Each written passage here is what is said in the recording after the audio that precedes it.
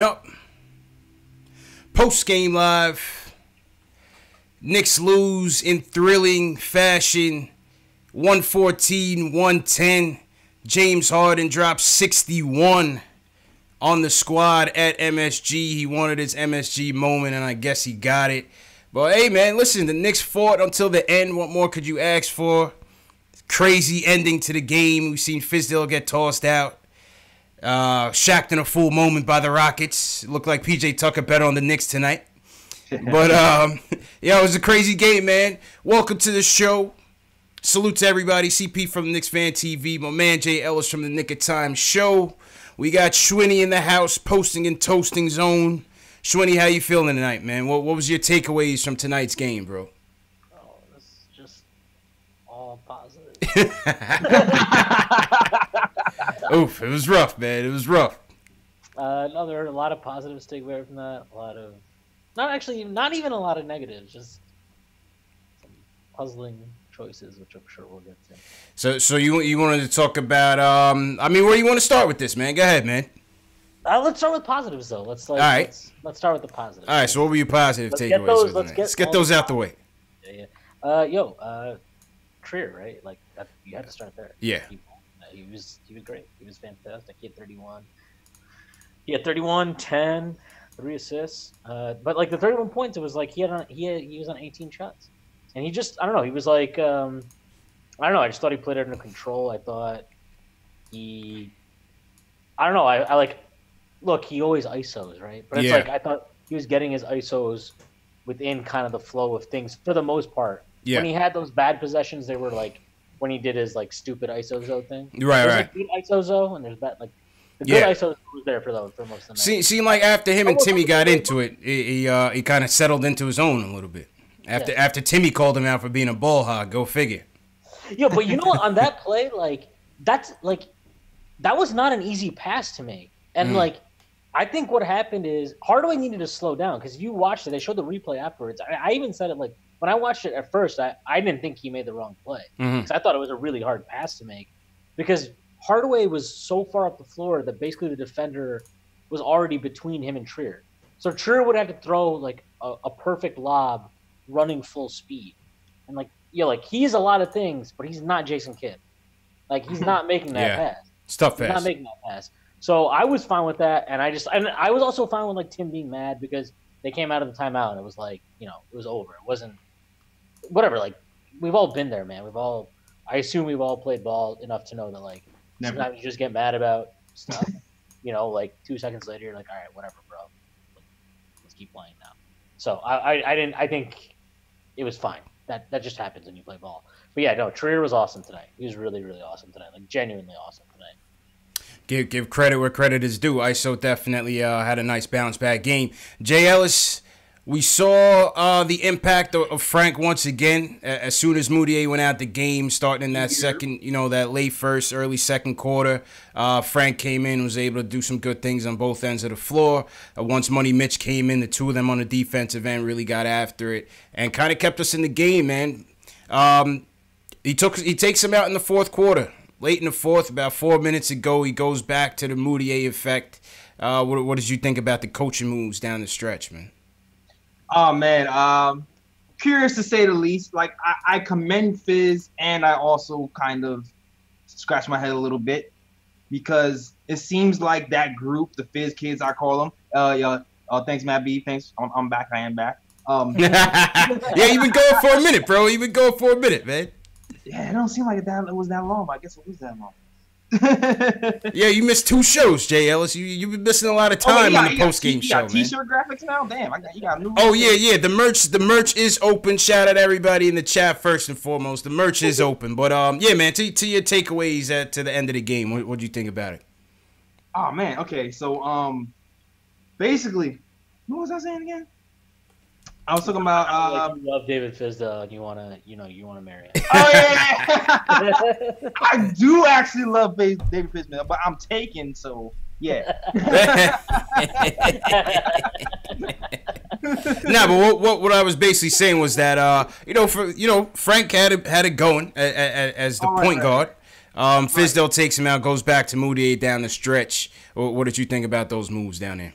Oh, I guess really what it was defensively, it seemed like the Fizz Kids second unit really gave the Knicks the punch they needed to get back in this game. They clawed back, got them down to 2. Fizdale rioted it, rolled them out, and then took out Frank and entered Tim Hardaway Jr. and Mudiay. And I understand why he puts Mudiay in sometimes because he's the closer and he's been closing, but he hasn't really closed in a long time. So it's like, okay. But then it's not a coincidence that once they came out, all of a sudden, like Harden seems to get what he wants out of him. So it's like, I wish he found time to get Frank back in at the end, because Frank had a pretty good floor game overall. I feel like his shot. I feel like he was scared to shoot this game though. I don't know if it was me.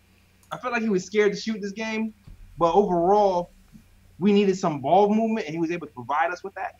So yeah. He couldn't hit anything tonight. Let's be honest. He couldn't hit anything. And he couldn't. He didn't even. Honestly, some of his misses were like they're like, you know, misses were they're like last game. I think he had 3 or 4 misses that I was like, oh man, they just went in and out. Like, you know, if you keep shooting like that, you know. Today he was like legit hitting side rim. Yeah. He always looks like he's aiming his shots. He has no confidence in his jumper whatsoever. Yeah. Well, you can tell real quick when he has, because like there's like a half second difference between when he just shoots it and then when he, like, you could see today he would have this, he had space, but he would take that like extra half second to kind of like make sure he had the space. Yeah. And it was just, I don't know. It was didn't look good. Didn't look good. Definitely tell. You can definitely tell. Like, as opposed to last game, I felt like when he was missing the shots, he wasn't scared to make. He wasn't scared to take those shots last game, even though he was missing it. Yeah. As opposed to today, where it looked like he was aiming. Like, he's always looks like he's aiming those shots, man. But anyway, you know, listen, I thought the defense was all right. I thought his defense was okay on James Harden. Listen, James Harden dropped 61. Nobody was going to stop him. You know what I'm saying? Bruce Bowen, Scottie Pippen, nobody was going to stop this dude tonight.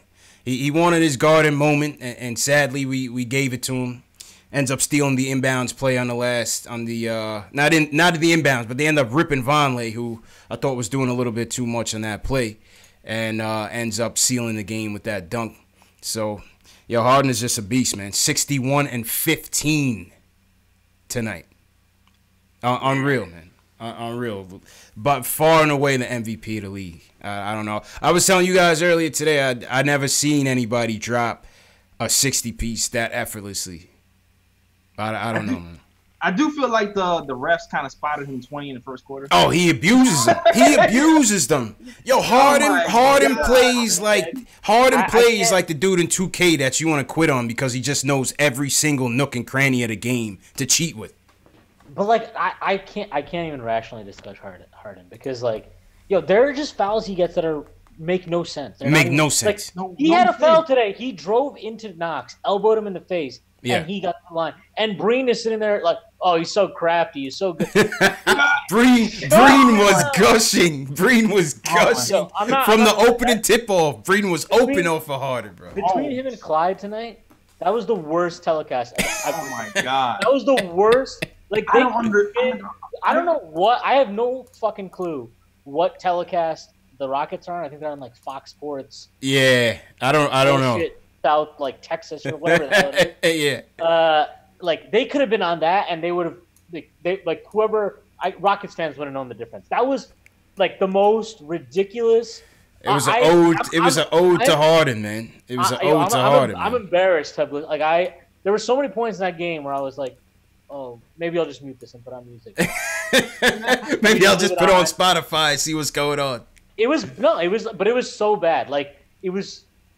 I think that was actually more frustrating to me than Harden tonight, which is amazing because no player frustrates me more than James Harden to watch. That was Mike Green was on something tonight. Like what was that? He had that thing with Trier where he was like, "Oh, I think his toe might have been on the line." It's like, no, dude. Yeah, that was pretty obvious. Yeah, like whose side are you on, buddy? Yeah, Jesus, what was man. that? That was crazy. That was. Yeah. I would like if we just move away from the Harden discussion. Yes. Discussion because those two tonight combined to make me. It was rough, man. maybe anything else. It was rough.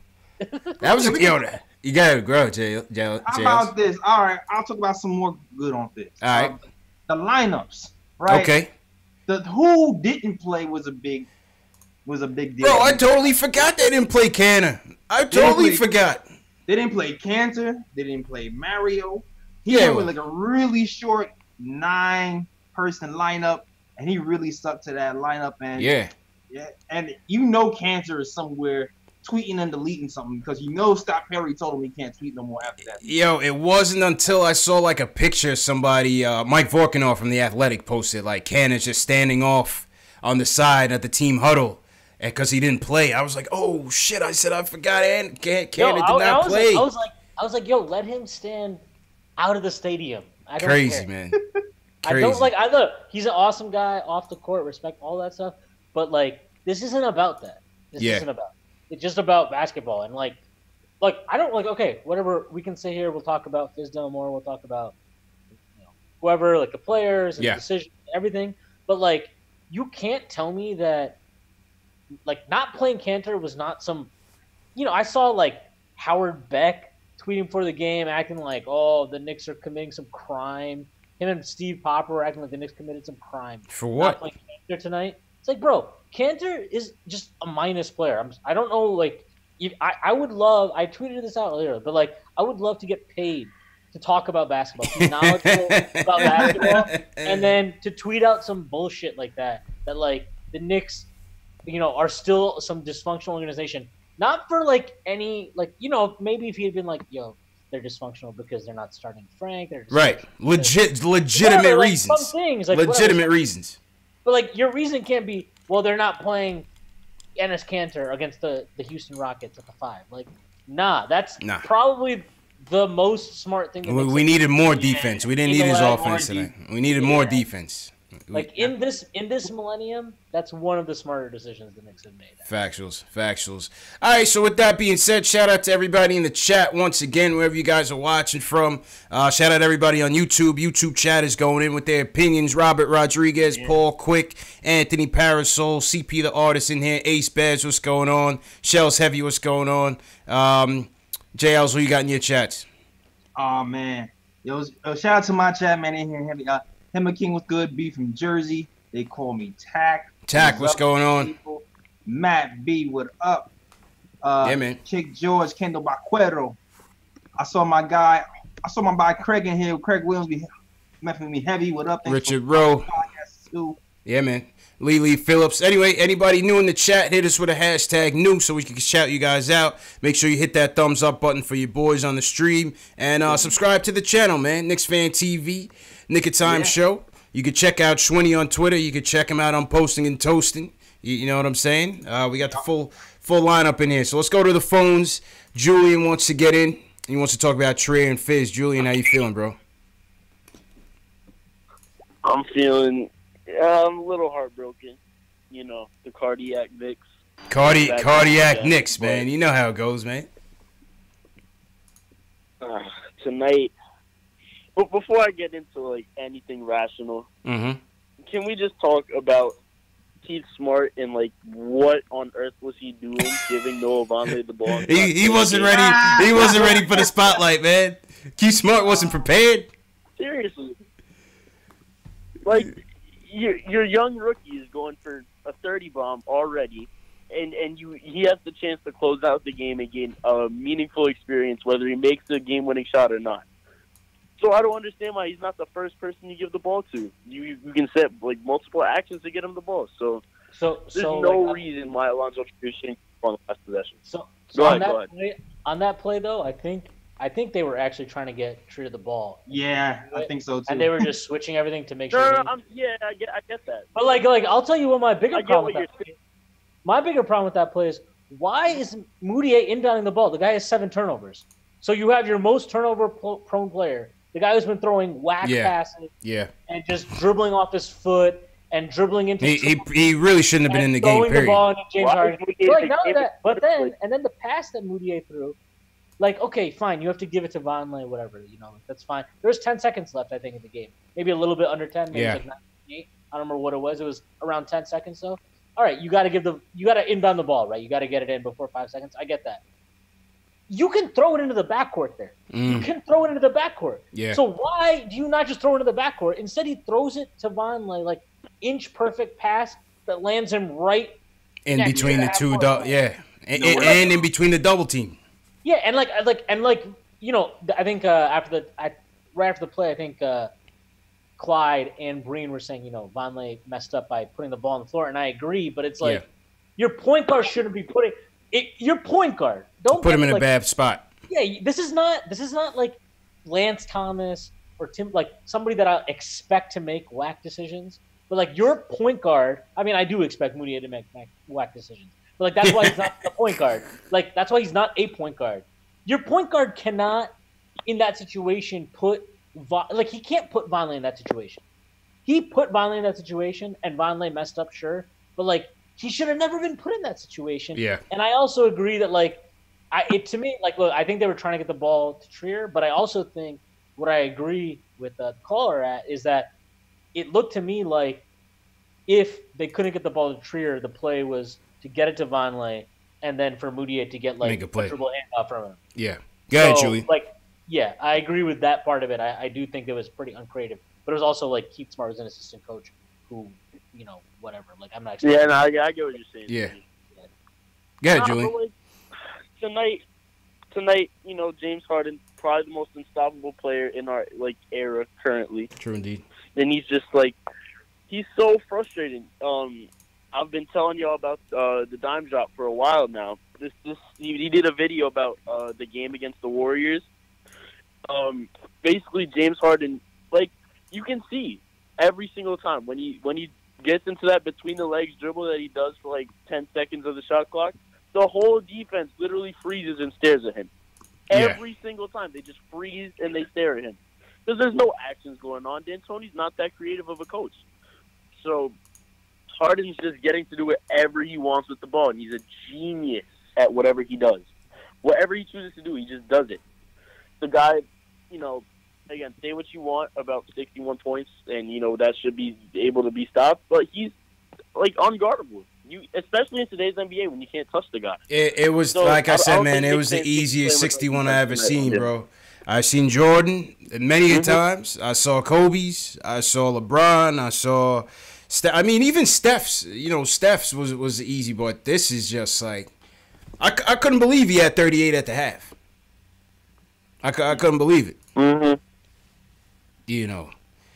Yeah, no, but like, you make the rules like this, you're going to breed, you know, the perfect, like, I don't know, like, let me ask you a question.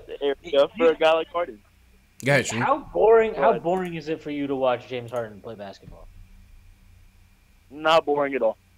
To me, he's the most boring player in the NBA. If you're really, I don't think so. I think you think he's boring, Sweetie? Yeah, I think he's straight up boring. Like I think he's boring. I think they are boring. I think watching a team is he great? Is he great? Yeah, he's great. Like don't take me saying he's boring, like as me denying him being good at basketball. He's obviously great at basketball, no doubt about that. But like to watch a league be in this situation where we can legit just a team's entire offense can be give the guy the ball at the top of the key. I mean, how many times every time he's in the game, the possession is just like him at the top of the key, and everyone watching. It's like I can't watch that shit, man. I watched that Rockets Nets game last week, and I wanted to kill myself. It was just like they shot 73s. The Nets shot I don't know how many. It was just at least the Nets like play basketball. Like they pass it around and you know whatever. Like everyone's a little bit. I cannot watch this Rockets team. Like I can't. To me, that is just straight up trash basketball. Like trash ball. I don't care. No. How many threes they shoot tonight? They shot total threes of 44, 38. Yeah, the Knicks actually did a pretty good job of like playing up on them. I thought, like just not making them drive and stuff. But yeah, I mean, I felt like they could have made him drive a little bit more, but I agree. You know, inexperience, man, inexperience. All right, Julian, appreciate the call, bro. Thank you for the call. Yeah, I gotcha. All right, man. All right. All right, shout out Michelle Trier, ISO's auntie in the building. How you doing, Michelle? Shout out Sterling Gonzalez, Charles Reynolds. Never Lose 311. What's going on? All right, next caller is Ari from Manhattan. He wants to talk about ISO, and he's got a trade proposal for you, Timmy. Ari, what's going on, bro? Hey, what's up, guys? Good. What's up, guys? How are you? Good. How you feeling, bro? So, I'm feeling good. God bless Eric Gordon. I mean, what else can you say? That was a clutch three. So, PJ Tucker bet on the Knicks. Closer to the ultimate goal. Mm-hmm.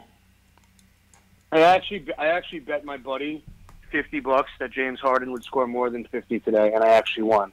But that's how confident I knew he was going to torch the Knicks, especially after the comment he said. But regarding the game, very, very happy with what I saw from ISO Zoe, honestly. You know, the thing that, you know, a lot of people, you know, I know Frank is the polarizing, you know, guard, right? But, like, the difference between my opinion of Frank and my opinion of ISO, like, 'cause ISO's been struggling a lot, like, you know, obviously. But if you look at the eye test, forget about these analysts, look at the eye test, you can see that ISO Zoe could ball.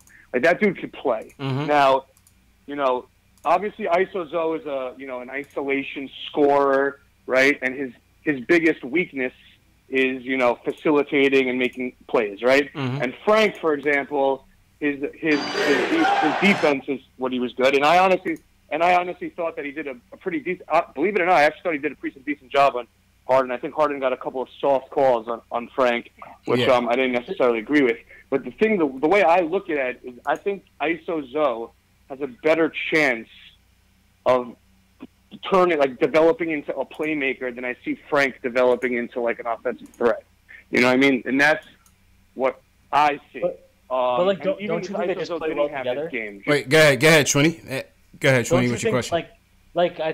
I actually agree with a lot of that, but like, to me, I don't see that like that. That's not a problem. That's why the last few games they've been playing together. It's been great. It's been good because Frank, like, Zoe has it rolling. The New York Knicks are presented by, you know, like, but like that wouldn't happen. That doesn't happen with Mudiay. Like, you saw it at the end of the game. At the end of the game, it just turned, like, the only time the Knicks got anything going offensively is when it, you know, when they would get a turnover and they would get on the open floor, or like Mudiay would just somehow maybe not turn it over and create. Like, it was just a one-on-one thing. Yeah. So, like, I think right now, like, it's good. I agree with you. I think like Trier, he dropped 31 tonight. Frank could, if you gave him the ball every possession and were like, just shoot, he would not get you 31. He would not get you 31. And I agree with that. I don't know. But I also think that if you put Trier on Harden for the entire game, I'm pretty sure. So what happened is when Frank first came in, they ran like 3 straight possessions where Harden, you know, because Harden gets the ball every time. They just ran 3 straight possessions. Harden got the ball and just went at Frank. And I think on one of them he drew like a BS foul. One of them he horrifically missed a step back 3. I think he missed 2 step back 3s really badly. And then after that, they just kept calling for screens to eventually get Frank to switch off of him. And like, that's the stuff that, like, I agree. Like, I mean, I don't think Frank had a good game offensively necessarily. I don't think it was him not making shots. Obviously, always makes it look worse than it always will be. But like, he had 6 assists, right? Like, that's not nothing. It doesn't mean I'm saying he had a good game offensively. But like, if you just combine that stuff with like him playing good defense and Harden, that does mean something. And like, basically, that's the stuff that like Marcus Smart will do, and people praise him for that endlessly. But like, why is that? Because he's on a good team. Like, Frank will be fine on a good team. Right. If he was doing the same stuff right now, but on a team that wasn't terrible, people would appreciate what he brings to the table more. So to me, the issue is like, yes, Frank needs to develop offensively for sure. But the other issue is just we suck, and like, we need to get better across the board so that players like Frank, or even like Dotson is another, like, a better example maybe, because he actually does hit 3s consistently, but like, you don't see how effective he can be because of how bad we are, you know? That's what I think. That's what I think in terms of Frank. Go ahead, JLs. No, it's interesting too, because I think I saw a stat that said that Frank has like the highest plus minus out of anyone on the Knicks in January or something like that, and he hasn't scored a bunch of points. But really, all he's doing is recognizing who has the hot hand and passing him the ball, and he just moves the ball. He takes his opportunities when he can, and he plays defense, and he ends up with the highest plus minus. And then, when he gets away from him offensively, he's gonna take him out. So I mean, pretty much there's a role for him, just like Sweeney said. There's a role for him here. It doesn't have to be Kyrie Irving. And even if when we eventually get like another point guard or something, he can be a nice piece for a winning team. Pretty much. No, I agree. First of all, I agree with everything both you said, especially the new gentleman on I don't know your name, but I definitely agree with everything you said. Sweeney, yeah, I agree with everything you said. Now, the only thing is that we're trying to win. We need to put. So this is the thing. I've actually been thinking about this. Every single team in NBA history, of the NBA, has had a floor general who knew how to run the offense. Whether it's a point guard or LeBron James, Larry Bird, whoever it is, Jason Kidd on the Mavs, they always had a floor general who knew how to just calm things down, who was experienced, who knew how to run an offense and do that. And I don't think we have any guy on our team that could do that, because the ultimate goal is to win a championship, and that's the thing. I'm not interested in going to the first round and losing, right? So the biggest thing that I think people forget, is that you look at the teams that have won championships. All right, Kobe, Tim Duncan, LeBron, Michael Jordan. Yeah, they're all amazing players, but what people don't understand is how much basketball IQ is a reason why they're such amazing players. You could have Russell Westbrook or, I don't know, and some other, like Derrick Rose in his prime, people that are super talented, super skilled. That doesn't mean they're championship, type players. And I don't think Iso Zoe is that guy, and I don't think Frank is that guy. I don't think we have anybody on our team, and that's but they're good. I think they could be. I think they could be good role players. I don't see them all being superstars, but I think we're getting a nice foundation. That's a nice core, man. That's a nice core that we building with KP on the way back. Okay. Frank, Iso. Go ahead. So we're basically not gonna trade Tim Hardaway Jr. or Courtney Lee because we don't want to give up role players. No, we're not going to trade them because we're not going to put assets on those deals. You can't take that chance. No, but here's the thing. Hold on. Why not? Okay, but we shouldn't do that unless we know. Unless we know. Okay, if we clear the space, we're going to get Kevin Durant. Then do it. Okay, fine. Then I'm okay. Fine. No, I need promises, Ari. I need promises, man. So to me, that's it. You can't say. I don't think the Knicks are that. I don't think the Knicks are that stupid where they would be like, if they knew right now we are 100% getting Kevin Durant. I don't think they're that dumb where they'd be like, nah, we're not going to trade this one guy to dump Hardaway's contract to get. Yeah, but they wouldn't do that. I don't think. At least I know the Knicks are dumb a lot of times in our lives. We all know that. I don't think they're that dumb. Go ahead, Ari. Okay, so first of all, the cap space, it's not like you clear cap space and then if no free agents come, it's a loss. The problem is when you free cap space and then you decide to sign Tim Hardaway Jr. to $17 million a year because you didn't get anyone else. You know what I'm saying? It's about spending carefully, right? And I agreed with what Jay Ellis said two episodes ago, basically, when he said you need to try to clear two because it's not a guarantee that one person will come. You got to clear two. And listen, let's say we do clear one. Let's say we clear two. Either way, if we clear the cap space, and let's say we don't get anyone, okay, big deal. We don't get anyone. So we'll wait till next year. Or Anthony Davis is going to get traded the year after. JL's jumping. Whatever happens, as long as you don't spend it. I hear that, Ari. Go ahead, JL's. I know JL's got my back on this. I know JL's. Go ahead, bro. I'm sorry. I really don't. I'm sorry. Go ahead, bro.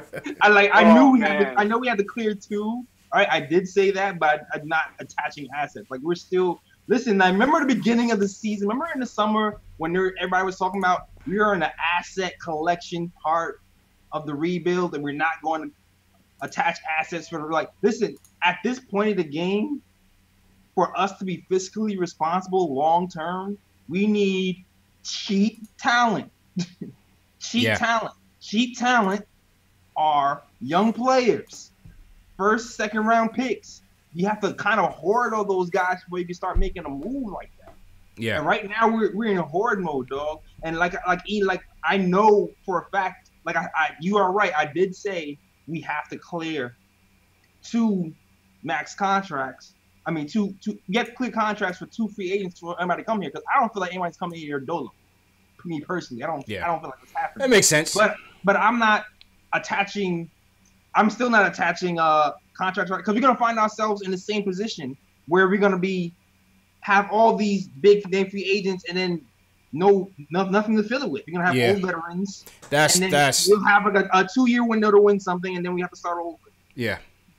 And appreciate the call, Ari. I just want to move to the next calls because we got a lot of callers in the queue. But I'm going to put you on hold, Ari. If we get through the calls and you want to jump back in, feel free. Next call is Q from Brooklyn. He wants to talk about overall state of the Knicks. Q, how you feeling, bro? How'd you feel about this game tonight? What'd you think about the game? What's up, fellas? How you feeling, bro? Yeah, man. Man, I'm torn, man. I'm feeling torn. I said that in the chat. You know what I mean? I didn't know whether I wanted to tank this, whether I wanted the Rockets to just get a solid win, whether I wanted the Knicks to win. I was pissed off at Mike Breen and Clyde, man. We need a state of the Knicks address, man. We need to find out who's Knicks fans, who's not.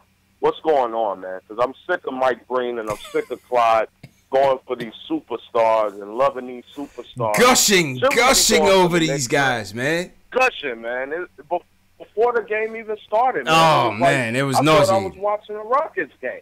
Yeah. I thought I was watching a Rockets game, man. And you know, CP, me being in Texas, man, you know it's tough for me down here because it's just, man, it's painful, man. So I'm sick of this, man. But, you know, let me get my mind right, man, because I don't want to be ranting the whole time. I know what we're doing. We're not getting superstars. We're not. We need to get away from that. Also, at the same time, the Knicks are going to build via the draft. They're going to build via not free agents, but get, you know, a couple of lower-level free agents and try to kind of build the players they already have. I could tell. I've seen this before, you know, so it's one of those deals where it's going to be so frustrating because we're going to go through this again next year. Even with KP, we're going to have a mediocre season because if you look at it, Mills and Perry, I would be jumping on the phone right now. If we were doing something for the future, I'd be jumping on the phone right now calling Indiana. Like, yo, take this guy, Tim, right now. You know, Oladipo went down. Yeah, Oladipo unfortunately went down, man. Oladipo unfortunately went down. Yeah, that's their season. No, they still want to clear Tim. That's still happening. They just don't want to attach nobody with him. That's right. But that's the deal. The question is, are we going to try to get free agents? Are we going to do something like that? If they don't trade Tim where Indiana open up like that, then I think we're just going to be building through the draft. And we're just going to rely on developing Trier, developing Knox. I'm sick of seeing Knox not touch the ball in the last quarters. I'm sick of that, man. I love Trier. You know, much respect to Trier. I love this game. You know, how he does his thing. But I've been through Melo. I've been through all these ISO players, James Harden. Srini was right. Srini was right. I coach basketball, man. And I don't want to see one guy dribbling the ball all damn day. That's horrible basketball. Houston is boring to watch. I big up him on that. This guy knows what he's talking about. Oh, yeah, that's my guy Q, man. That's my guy Q. Yeah. Now, you know what? It's just not sustainable. We saw it last year, man. It's just not sustainable. And he's going to burn out. He's going to burn out. It's going to be interesting to see what happens when CP3 comes back. But that team is just not built to do anything. Facts.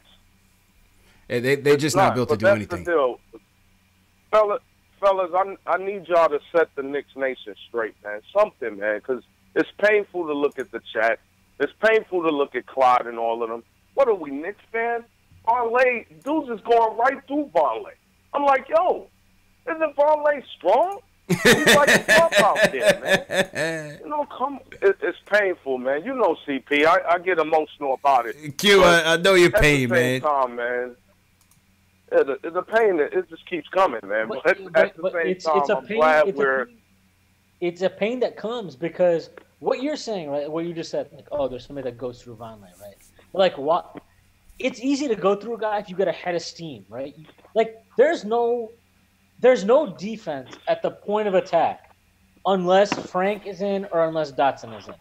Tim ain't stopping anybody at the point of attack. Mudiay isn't stopping anybody at the point of attack. Yeah. Trier is like, actually, he's not a terrible defender, but he's not stopping anybody at the point of attack, right? He's like a good. If he's your worst perimeter, if he's your worst perimeter defender, then you're fine, right? Like, then you're fine. But when he's in a lineup with Tim and Mudiay, he's your best perimeter defender. That's not fine. That's a problem. That's a problem. And like, horrible, I'm telling you this. I have been tweeting about this. I've been talking about this nonstop. Since Jeff Van Gundy, all we have fucking had are coaches that have. Whoa. Hey, family show, Sweeney. Family show. My bad. It's all good, man. You haven't been here in a while, man. You haven't been here in a while. I'll let that one slide. All we've had are coaches. All we've had are coaches that talk about defense. They talk about the 90s Knicks. They talk about John Stark. Yes. You can talk about that all you want. Show me. Yes. Show me you care. Yes. And like Biz came in and was talking all that good stuff too. And he was starting Frank, and he's like, "Oh, I gotta have Frank out there because Frank can defend all these positions. That means so much to me. It's so versatile." Yeah. And what did he do today? He didn't find a way to keep Frank on the floor. He was like, "Oh," they asked him about it. I tweeted at all the beat guys. I tweeted all the beat guys in the game when they took out Frank, and I was like, "Please ask Fizdale after the game why he took out Frank." Mm-hmm. And so one of them asked him, and Chris Eisman just tweeted back at me, and he said Fizdale was asked about it, said he thought they needed more scoring, so he went with Mudiay. But he didn't just go with Mudiay. He brought Mudiay and Tim in and took out Knox and Frank. And right? Frank, yep. And it's like to me, you don't need both of those guys in. If you need one, I get it. I do get that. That's fine.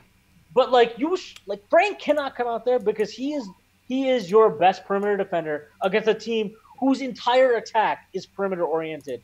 Like their entire game is. Who was their inside? Fareed. Facts. Fareed, Nene, who's like 98 years old. Like what are we talking? Like there's no inside game there to worry about. So it's just perimeter guys. You can't take Frank out there. And for him to say that he thought they needed more scoring, so he went with a guy who couldn't dribble the entire night and was dribbling into triple teams. And Fizz comes off. People knock me for knocking Fizz, but I just feel like sometimes he just speaks like a politician sometimes, man. He is. That's the thing I'm leery of. And you can try and tell me that it's about tanking and all that stuff, but like if he was tanking, he would not have put Mitch back in the game tonight. And he put Mitch back in the game tonight. So he wasn't tanking. So don't tell me he's tanking. Like, not tonight. Maybe every night. He was trying to get it tonight. There's no way he was tanking. Because he was in the game tonight. The entire game he was I wonder what they said. I wonder what he said to that female ref to get him tossed. I wonder what happened there. He seemed pretty shocked to get tossed. So yeah. That might have just been like a bad. That might have been a ref in their feelings. Facts. And appreciate the call, Q. Shout out everybody in the chat. Once again, hit that thumbs up button for your boys. This is Wednesday night Knicks. If you're just now joining us, Knicks lose a crazy game at the Garden, 114-110, where we saw James Harden, the league MVP, who will be the MVP, drop 61 points and 15 rebounds. Unbelievable game. But, great game from ISO Zoe. Great game from the Knicks. Janati Killiminute, thanks for the subscribe. Subscribe to the channel if you haven't already. Jay Ellis, some news from the Kanter standpoint. Oh, yeah? Looks like this guy's a goner, man. He was asked in the locker room what happened tonight. He basically said, hey, if they're going to play me. What they're doing to me is messed up. And he said, if you're not going to play me, get me out of here. Your thoughts? Your thoughts? Who didn't see this coming? Raise their hand. Yeah, it's over, man. It's over.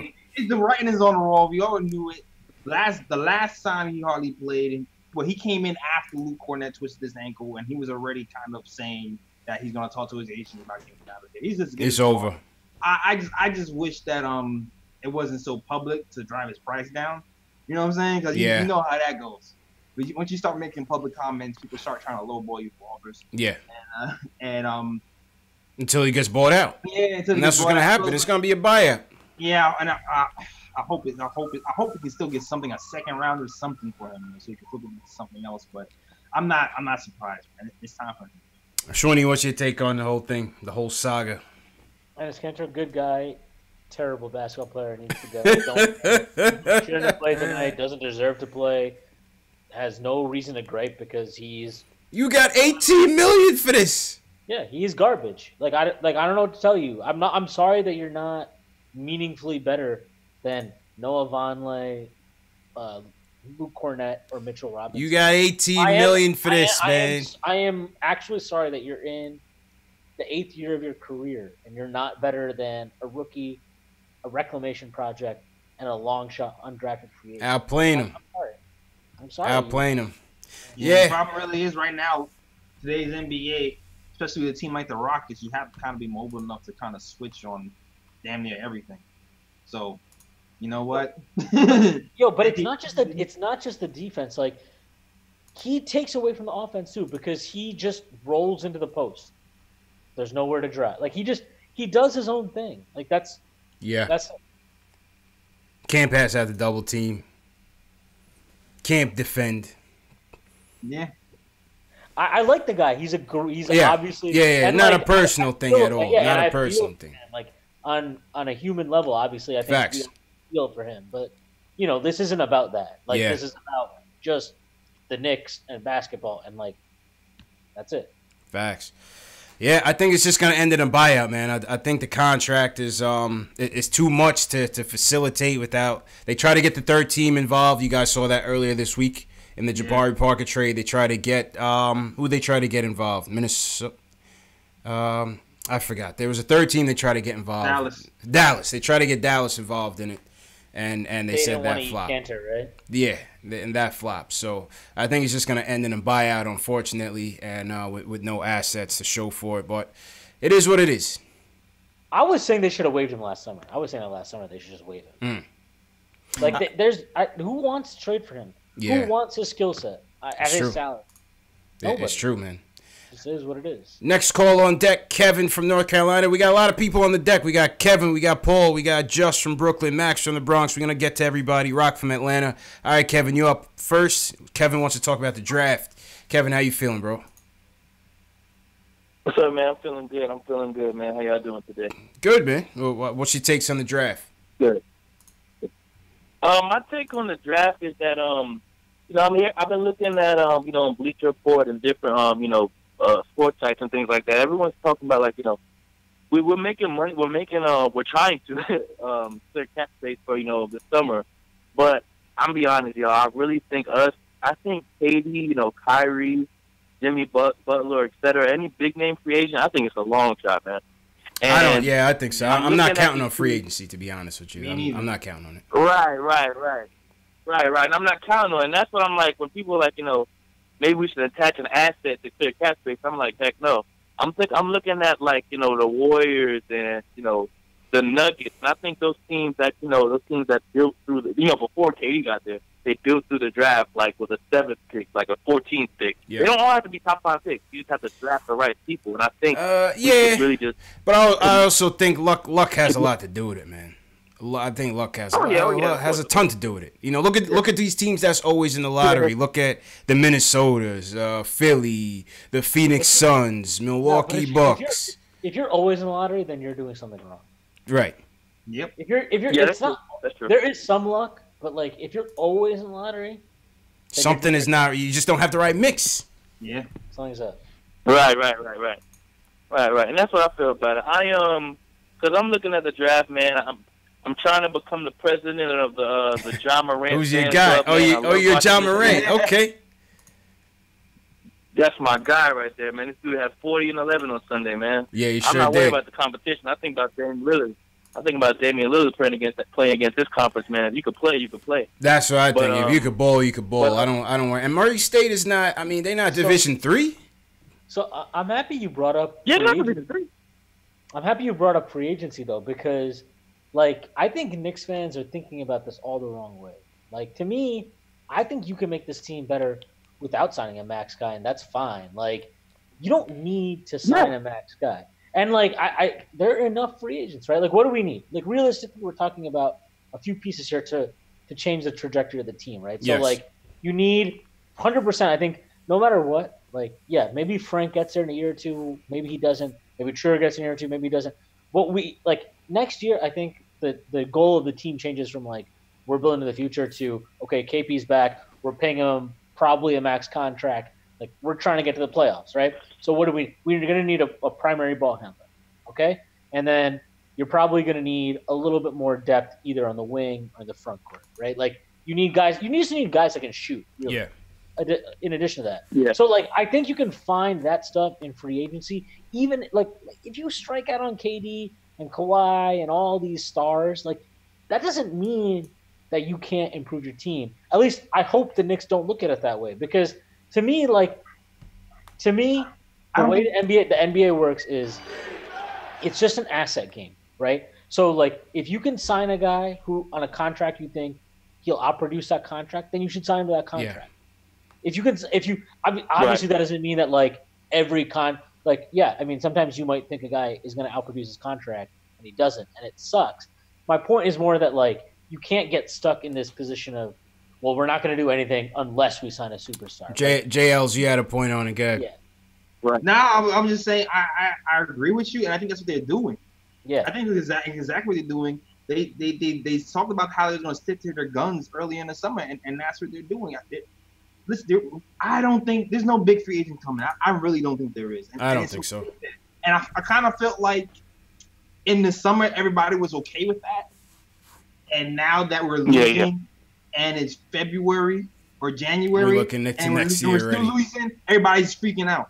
Like, no, Durant or die, attach everything, attach my firstborn, attach my mother. Right. Like, do what you gotta do. It's like, chill, bro, like, chill. We had this conversation already about the long we talked about this already, yeah. Remember, we talked about the long rebuild, gathering your assets. It's only been a few months. Chill, dog. Like, let's get it right. We'll end up signing some. Probably all these guys are probably gonna walk. Probably gonna end up signing somebody like Rubio or something, or somebody can run offense, and we're gonna keep it moving for another year or two. And if we end up clearing Tim Hardaway Jr. or Courtney Lee, we'll be able to re-sign some of these guys here for a short-term project and do it all over again. Yeah.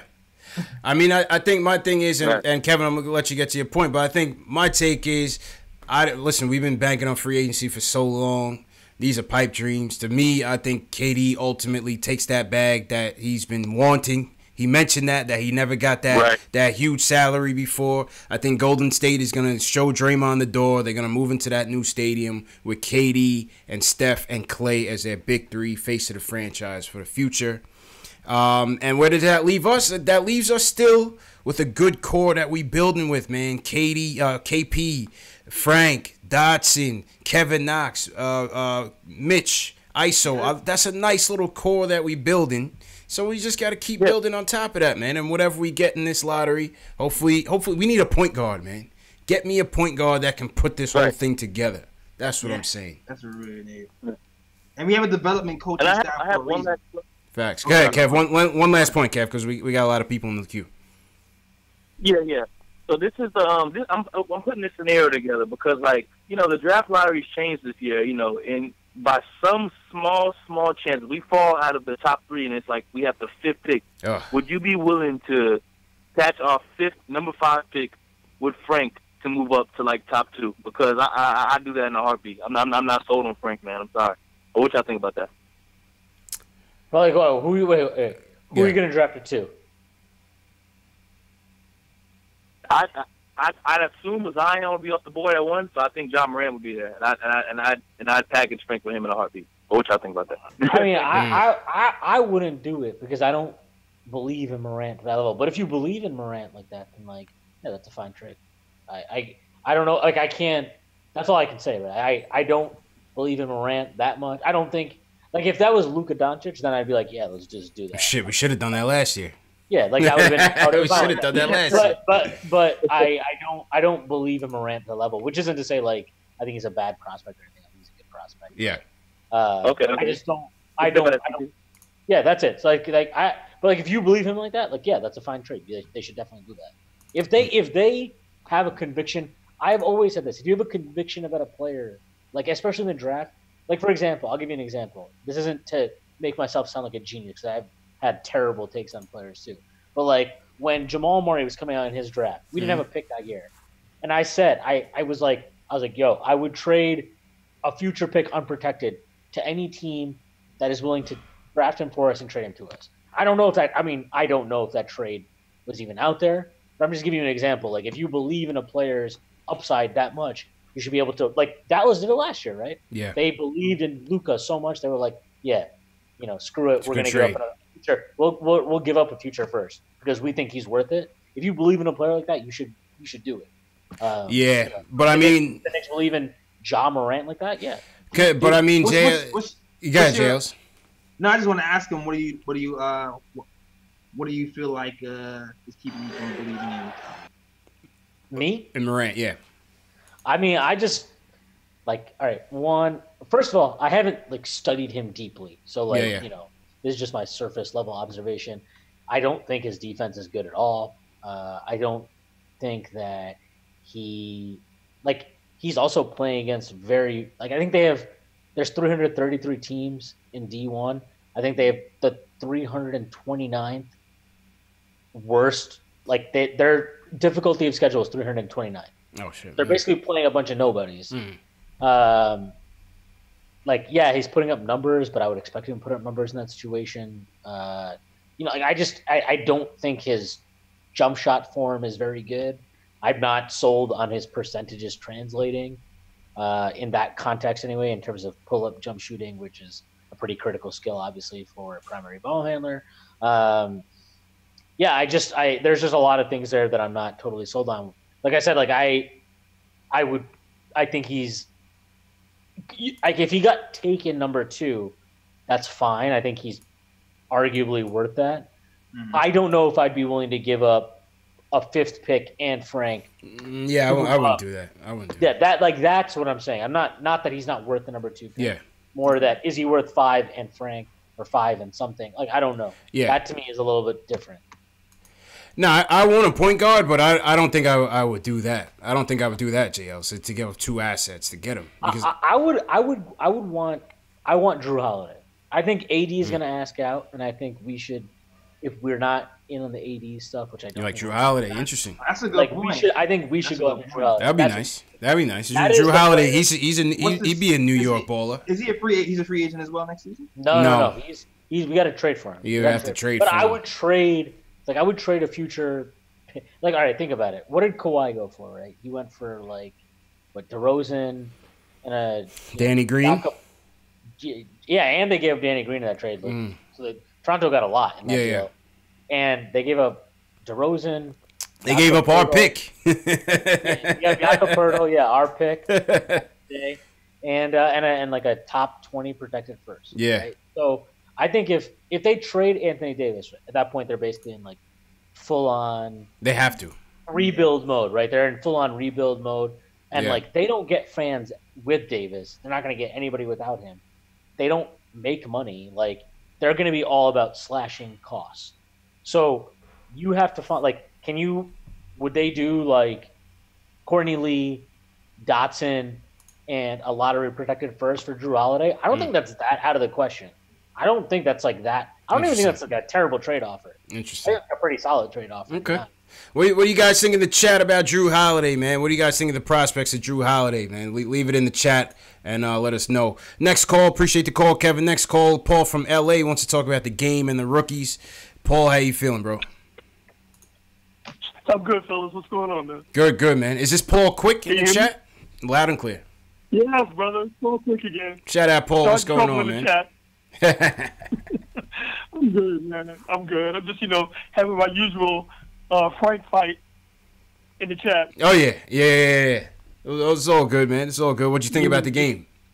The game was not a disappointment to me, really, other than the failure to execute on that last inbounds play. Yeah. Like a lot of people have said, I really don't know why they were throwing it to my man Vonleh. You know, to have him handle the ball that high, that far away from the basket. He's not a great. I mean, he's an okay ball handler, but you know, under pressure, that's probably not the guy you want to be throwing the ball into. Yeah, they blundered it. So, yeah, so I'm not really sure what that was all about. Mm-hmm. But overall, I mean, look, we're not really winning a whole lot of games this year. If the team is competitive, plays hard, and for the most part makes sensible plays, and and the young players look good, I'm all right with the losses because we're not going anywhere this year anyway. Yeah, listen, man. I was thrilled with that game. I was thrilled. I always hope for them to win, obviously, but I'm never mad when they lose. So to see them lose, listen, they fought the whole game. As a Knicks fan, Yeah, you can't dog that. They weathered the storm. You have to be excited because they had a chance to win. Yeah. Yeah. They rose to the you challenge, excited? man. They rose to the challenge and they never wavered. I can't knock them. I can't knock them. Yeah. Exactly. Go ahead, JLs. And like some of the other people have said, it was a bit of a Hardaway love fest. That was kind of funny. Oh yeah, Hardaway was playing well in the first half. Yeah, he did all right. After him and ISO got into it, it kind of galvanized both of them. They kind of did the anything you can do, I could do better type of thing.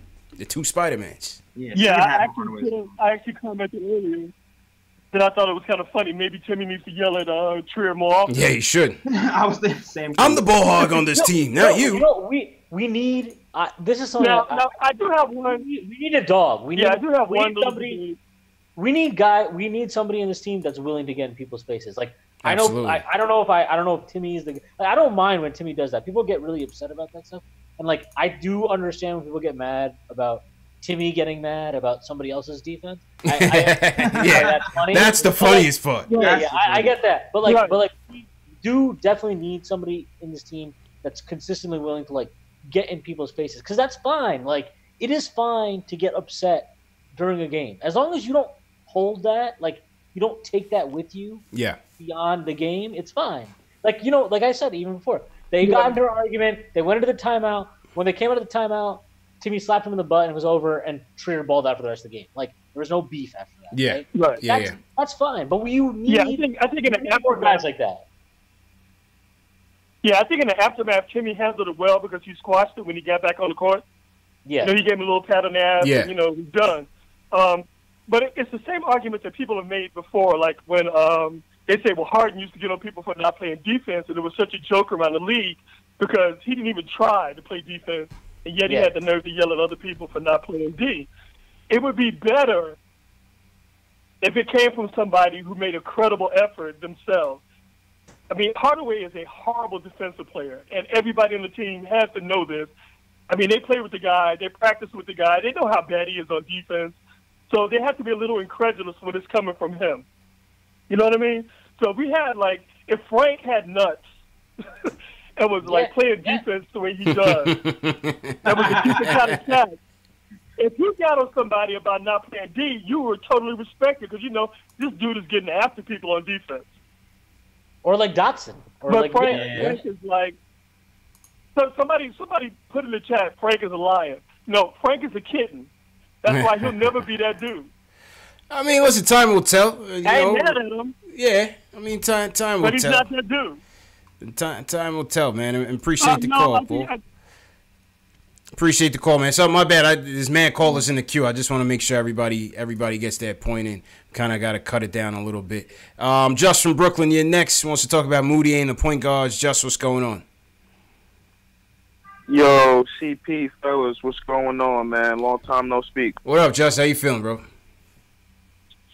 Can't complain, man. Listen, tonight was a good game. I can't lie. I was watched the whole game from start to finish. Mm-hmm. But I'm gonna be honest, man. Like, for all that Mudiay's done this year, Mudiay stinks, bro. like, yo. Just with the call of the night. He said it. He said it. Just with the call of the night. None of us did. He said it. Oh my God. He's a sore eye for sore eyes, man. Oh man. It's JL and CP. I know y'all watching the game like me, but every game for like the past 20+ games, like Mudiay, he has the pace thing down pat, but when he's going to the paint, he has these baby it's a car wreck, and he keeps getting stripped. Yeah, it's a car wreck. Like, Because you know what he swings the ball low. It's crazy. He swings the ball low, so he brings it like right where the defender can strip it. And it's like, and he's not strong. And he's not strong enough to like because Harden does that too. But Harden is so strong. He's strong. That he's so strong, he holds on to the ball and he just draws the foul also. Yeah, he brings his arm up into you. No. And he draws the foul. Yeah. Go ahead, Josh. Let me say this about Mudiay. Mudiay is strong. Mudiay's 6'5". He's probably like around the 200 mark. But his IQ in those situations, you can't try to drop. Like you can't drive on 3 defenders if you want to get the call. You're getting stripped clean. Yeah. And then they always tough. score on the other end, man. Like. Yeah, that was tough, man. JLs, what you got to say about this, man? I got nothing to say about that, man. It's been a slow decline for a while, yo. It's been a slow decline. He had a spurt. He had a spark in November, and now, it's been a slow decline since then. And shout out to my guy CK, man. Shoot some guys some bail, man. Help this guy. Help some stats. Help me make this look good. I don't know what's happening with I don't know what's happening with Mudiay, man. It's going downhill. Listen, man. I'm waiting for Frank to get be 100. Yeah, Josh. Like, I'm gonna be 100% honest. Yeah, I'm gonna be 100% honest. I feel next year, fellas, that we have a good backup unit as far as the guards is concerned. I like Trier and I like Frank. It's a good balanced defense, offense, but we got to do something. We got to get some new starters, man. Oh, that's apparent. And too. I mean, I don't think the starting point guard's on this team. Starters, man. The starting point guard's not on this team. I still think Mudiay will be gone. I think Frank will fill a good role in the supporting cast. I think Isofa will fill that instant offense role off the bench for Burke. I think Burke will be gone, and I think we either get the point guard through free agency or through the draft, or just keep building. Just keep building. I would like to go ahead, Josh. I was gonna say Drew Holiday is I think 26 million. It's a nice 26. He's like 75 million for the next 3 years. Okay. Yeah, man. If we could get a combination, listen, if we can get a combination like a John Morant who's a rookie with upside, and we could bring in a Drew Holiday, that could be a new starting backcourt right there. Yeah, either way, I'd like to get a nice solid vet in here next year. Not a Jared Jack type, a nice facilitating mentor for these young guys, man. I would love to see that. What do you guys think about Conley? What do you guys think about? I don't want that. I don't want that. He's too old. He's too. I don't want Conley. I don't want. You did the price. Point for Drew is too high right now. What's up? Am I the only one who feels like the price point for Drew is too high right now? I think that is high. For Drew, I think that's perfect. Yo, that guy outplayed Dame in a playoff series. He did. He's son Dame. Yeah, you got to think about how productive he still is. He did. Yeah, I know for sure, but I'm also we got to put out the rest of the team. Conley, I don't like Conley. No, but if we're not giving up, like, think of it this way: if you're not giving up any of your young guys, other than like I said, if my hypothetical trade worked, right, like Lee, Dotson, and protected first, so you're not giving up anything on the current roster other than Dotson. Mm-hmm. You're not giving up your first this year, like. So you're not like more. Yeah, for a trade. Yeah, for a trade like that. Yeah, I would definitely consider it. I like. There's obviously a point where I'm not saying like we have to get Drew Holiday or like I'm gonna riot. But just you just throwing it out there. I get it. Yeah. It's just that's a trade I would do. I guess that's a better way. I feel like if we do get Drew Holiday, it wouldn't be next season because I don't feel like we're even thinking about trading any first right now. Yeah. I feel like we do get Drew Holiday, it's going to be later on. It's going to be 2 seasons from now. Sure. I just don't know how long they can wait to, like, if you give Porzingis the max, I don't know how long you can wait. Like, you can't keep – you got to get a guard in here. Gotta get one. We need one. Yeah, you give me Dame Dollars, man. What's it going to take to get Dame over here, man? I've been a Dame fan for a long time. I love Dame. Oh, but, like, if you pay a big, like, Porzingis the max – at some point, you got to get him. Get him help, man. You got to get him his Robin. You got to get him his partner in crime. Like maybe Frank will eventually become that guy, but I like Frank. I don't want to trade Frank. It's next man up. I can't sit here and wait for Frank. He's not going to be that guy next year. He's not going to be the guy. And like, listen, I still think Frank is gonna help this team, but we can't sit here and wait. It's a next I'm man. not saying that either. It's a next man up league, man. If we end up getting this point guard in the draft, pick him up. Do not wait. Do not wait, man. I agree with you. I don't think it's happening either. Yeah. I just feel like it's gonna be a cheaper point guard coming in next season. Factuals. All right, next man up. Speaking of Frank, this is a perfect segue to the president of the Frank Ntilikina fan club. He goes by the name of Max from the Bronx. And I think he's got some Emmanuel Mudiay hate in his blood. Mm-hmm. Max, what's going on, man? How you feeling? What's going on? JL, CP, Sweeney, what's good? Chill, man. How you feeling, Listen, bro? man. Let me get to the nitty gritty, right? Yeah. You know, Fisto pulled the same shit he pulled in London again, right? You know that, right? He did the same thing.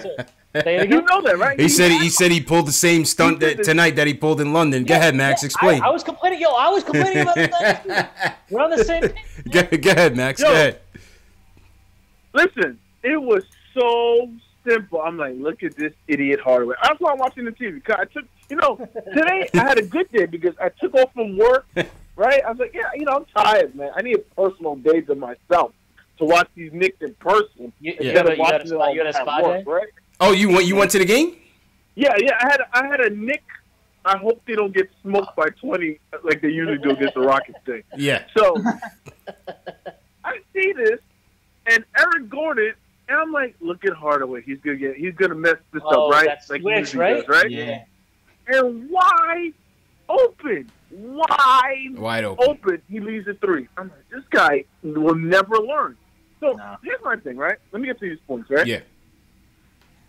Fisto needs to start me on the clock because he just makes dumb decisions. At this point, it's dumb. I don't care what politician, used car salesman excuse he has.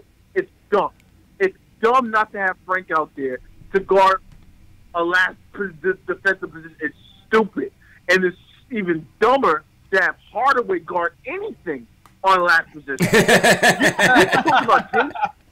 No, but he's challenging Hardaway. People talk about, that's his excuse. He's challenging. Yeah, Hardaway. he's challenging. He's challenging to give up crucial baskets to lose the Knicks game. Right? That's what he's doing. So now no one knows. There we go. Yo, Sweeney, you haven't been on here a while, right? Me, it's been a minute. Jay Allison, CP, we came up with something called the Greg Popovich rule, right? So the Greg Popovich rule is: would Greg Popovich ever do what Phil? What would Greg Popovich do? Yo, what would Greg Popovich do? Right? He would make. First of all, he would turn Frank into like a 25-point per game scorer by now, or something. Yeah. Yo. So, and you know why I know you're right? Because he has a Frank in Eric that got injured. This is Murray, I think, right? Yeah. So, all right, let's go to Mudiay, right? So, listen, CP, I think, I heard I got a text just now, right? Mm. They said Mudiay turned the ball over in the locker room. He just turned it over again in the locker room. He just turned it over again. He just did it. They said he went into triple coverage in the locker room. He saw Hardaway and Trier there. Fell down and turned the ball over. He went in between them. Yeah, and then he turned the ball over in between them. Started yelling at the locker he did it again. Yo, Frank was the second best player on the Knicks tonight. He didn't score no points, but the team got increasingly better when he was on the floor. That is a fact. Listen, I don't even think Harden really scored to him like that. To be honest, I watched every possession because I'm a Frank fan. I'm El Presidente, bonjour. The Frank. He just said French and Spanish in one take. Go ahead, Bags. You're the man, bro. Go ahead, bro. Yeah. He did not score him like that. He had, it's difficult to score on Frank. It's a fact. Yeah. And James Harden, as great as he is, and as much foul shots he just, but he scored all them points with Hardaway. Why would you have Hardaway and Mudiay on James Harden? How dumb can you be? Yeah, he torched Timmy and Mudiay. Well, see what they were doing. But they were forced. Like I don't blame that so much on the scheme because when Frank was in, he was on Harden, and they were just running so many screens to get him off. Like that was, I get that. But I agree with you. Like when Frank wasn't in the game, like why wasn't Frank in the game? Like he should have just been in the game every time Harden was in the game. That should have just been like his assignment. I thought that's what I wanted to see, man. Like give him the challenge. And, let Frank shadow this dude. I just want to throw this out there because it's a third straight game. I've been randomly tracking this for 3 straight games. But this is the third straight game where our bench has had more assists than our starters. So our bench today with Frank and Trier had 9 assists. Our starters had 6 assists. We had 15 assists total as a team, which is, like, I don't even want to get into how pathetic that is. Yeah, Max. Not only that, too, I have to admit this, right? And I'm going to be in the minority in this one. Trier had a good game scoring-wise, but he did a lot of dumb shit today, too. He had the Mudiay disease. It's going around in the Knicks locker room. It's dribble in between defenders on their feet. There's a disease going on. They got to get it fixed because they have a disease going on where, I don't know, they have tunnel vision, and they just, you can predict Trier's turnovers before they happen. That's how confident I am. What this guy needs to pass the ball. But it was funny because Hardaway's like, wait. Hardaway's like, whoa. He's yelling at him for not passing the ball. Hardaway's the king of shooting, going on a 3-1 fast break, shooting a contested 3 like an idiot. He does this all the time. So he has some damn nerve to complain about Trier shooting the ball. You know what I'm saying? It's like, yeah. That was pretty funny, man. Fitz still needs to get on his job, man, because I don't know if he's going to last those 4 years, man, because that politician talk is not going to work with New Yorkers for that long. You're going to start to see 2-3 zones, all these dumb stuff he do. He cannot be doing this, man. Yeah, I can't do it. Go ahead, Jails. Appreciate the call, Max. Go ahead, Jails.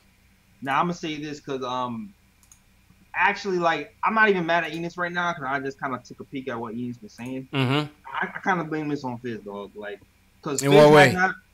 Fizz was not straight up with Enes from the jump. He was playing politician with Enes, and that's the problem we have from the 2 weeks ago when Luke Cornett was coming back and Mitch was coming back. They put out something that said, you know what, we're gonna experiment with a 2 center lineup. And I was sitting here like, what? Like what? So that doesn't seem really like, who are you gonna sit? You're gonna sit Von Lay to have a 2 center lineup? Like who are you sitting?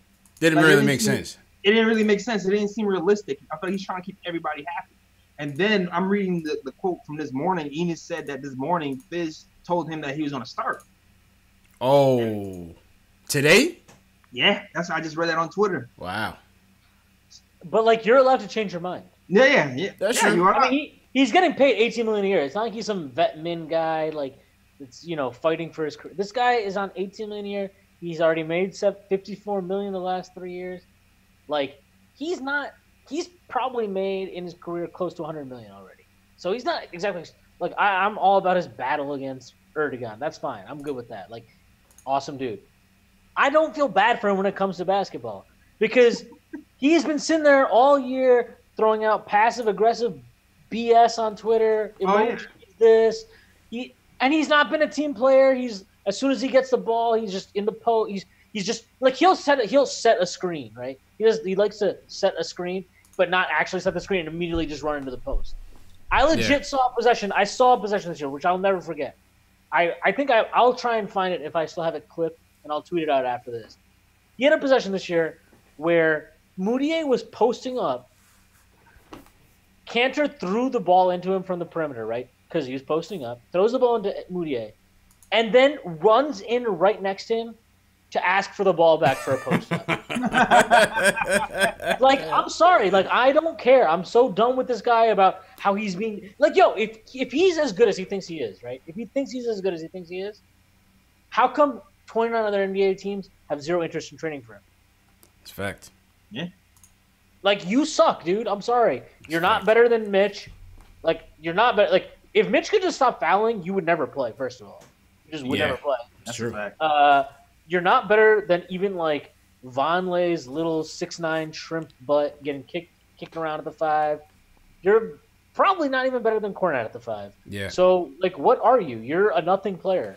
He's just not impacting. He's just not impacting the game the way this game is played these days, man. He just doesn't have that positive impact on the game. But it is what it is, man. I'd like to see this thing get cleaned up. I thought after the Noah thing we were done dealing with all this drama. But he's the last one, man. He's the last one. All right, one more call before we get to the player ratings. Rock from ATL, he wants to talk about the effort of the team in the last couple of days. Rock, how you feeling, bro? Fellas, I'm good. How's everybody? Pretty good, man. What's your takes on tonight's game? I thought the effort was good. I thought they played hard, especially in the first half. And then I saw that third quarter slip coming, especially because it was still so close at the end of the half. But they fought back, and it was an encouraging game to watch. And I know a lot of people are giving that Mudiay hate, which is normal.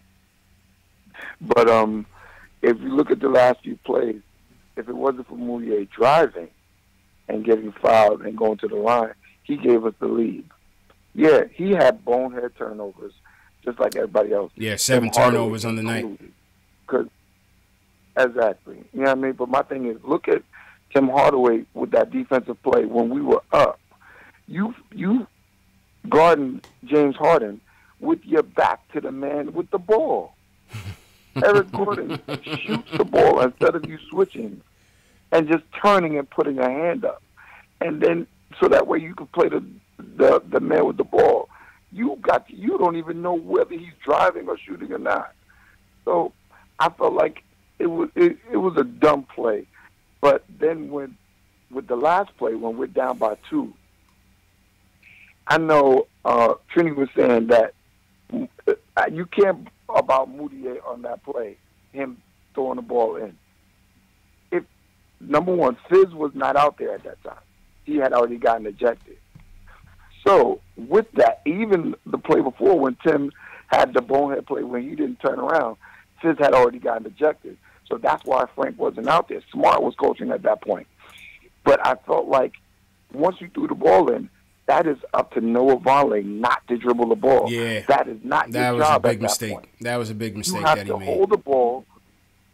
Yeah. Wait for the guard to come get the ball and then use the 9 seconds. Yeah. Once you dribbled, you made yourself vulnerable. Yep. And they saw it. They saw the blood and they ripped him right away. Right. I agree with that. But my point with that though was that Mudiay should have never put him in that position. Like even if you're gonna throw the ball to Vonleh there, you know you can throw it in the backcourt. So just throw it in the backcourt. That way he's not crowded.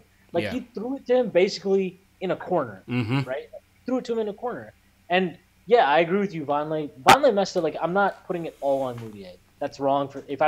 If I suggested that, I was wrong to suggest that. I wasn't trying to do that. But like to me, he has to take the majority of the blame there because you expect your point guard, your primary ball handler, the guy that is inbounding the ball there, he's inbounding the ball because you expect him to make the high IQ decision. And like he did not make the high IQ decision. So everything just rolls downhill. But you can't. So like I agree with you though. Vonleh deserves a lot of blame too. Go ahead, Rock. But my thing is you can't throw the ball to where the player doesn't run. Noah Vonleh didn't run to the backcourt. He stood right there. You only have 5 seconds. If he doesn't run back there. There was 10 seconds, though. There was 10. It was throw 5 the ball seconds. back there. You should want to throw the ball out, I guess. No, I'm talking 5 second inbound. You have 5 seconds. Oh, okay. Okay, I got you. You know what I'm saying? If Noah Vonleh doesn't run back there, he can't throw it back there. He has to get the ball in. That's fair. Yeah, that's fair. You see what I'm saying? So my thing is, if that's an IQ as a whole. Yeah. If nobody runs back there, that's the coaches on down to the players. Yeah. He can't throw it back there. At that point, he's helpless because he can only throw the ball where a wide open player is. And I just felt like Keith Smart didn't draw up a good play, and that's what happened. And it was a good effort. You appreciate the effort, especially as a Knicks fan. But there was a lot of bonehead plays, and I love Knicks. Frank Ntilikina's effort, but I would rather trade for Dennis Smith Jr.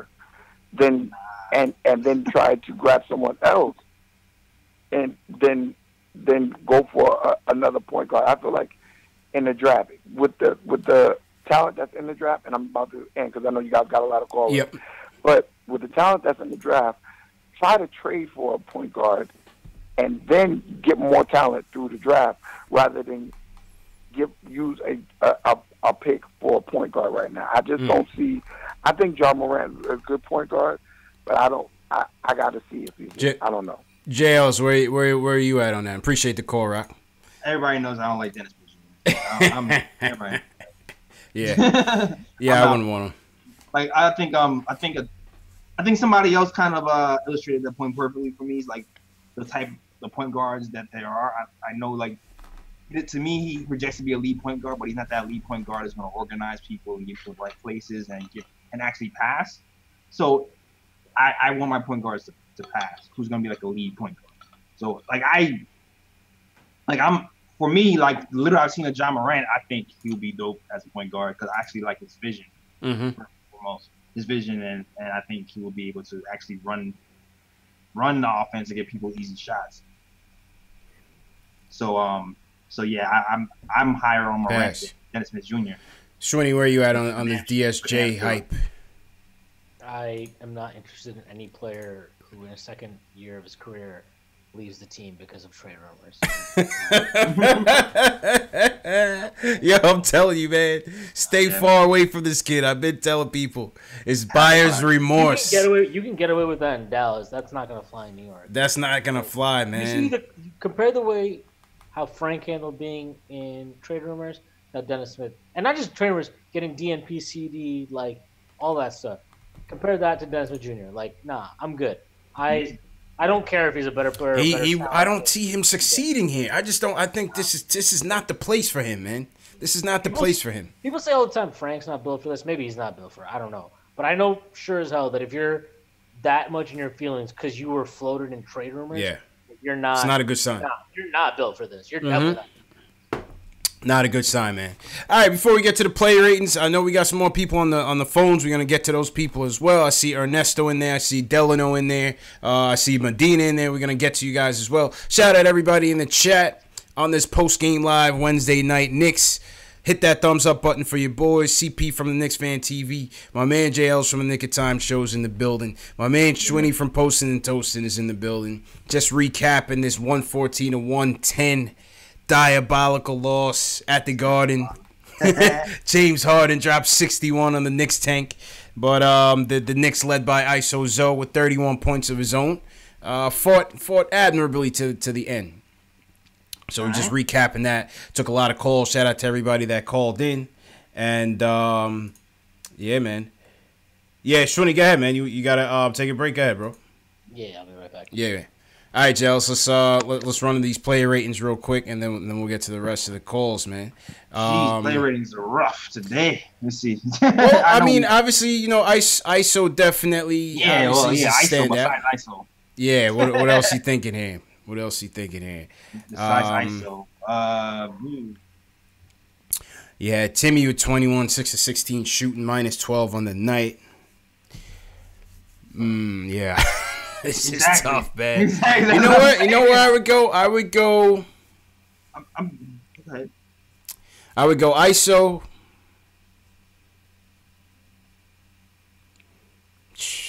Jeez. Yeah. I like Mitch's game. I like what Mitch did out there. That's what I'm thinking too. I'm thinking Mitch. I like what Mitch did out there. Shout out to Mitch. 12 points, couple blocks. I would say ISO 1, Mitch 2. I guess you can go Timmy. You know, you can go Timmy 2 or 3 with 21 points. 21 points, you know, shooting percentage was terrible, but 4 rebounds. Yeah, I think I would go ISO, Timmy, and Mitch tonight would be my three standouts. What do you guys think in the chat, man? Who are your 3 standouts from tonight's game? Where are you going with this, Jails? I'm going back and forth for that 31 dog. Am I going Mitch or Frank, yo? I know he had 0 points, but it was just like that comeback. You can go Dot, but I'm gonna go ISO for sure 1. Yeah. That's the easy one. Mitch 2. Man. Tim did great in the first half. Yeah, he had a good first half. Frank brought us back within 2.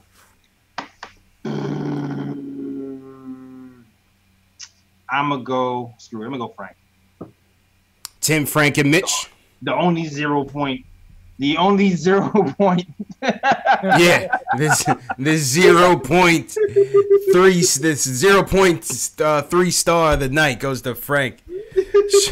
Schwinny, who your I guess your 3 notables in tonight's loss here? Trier, Frank, Mitch. Yeah, that's what I said. I said Trier.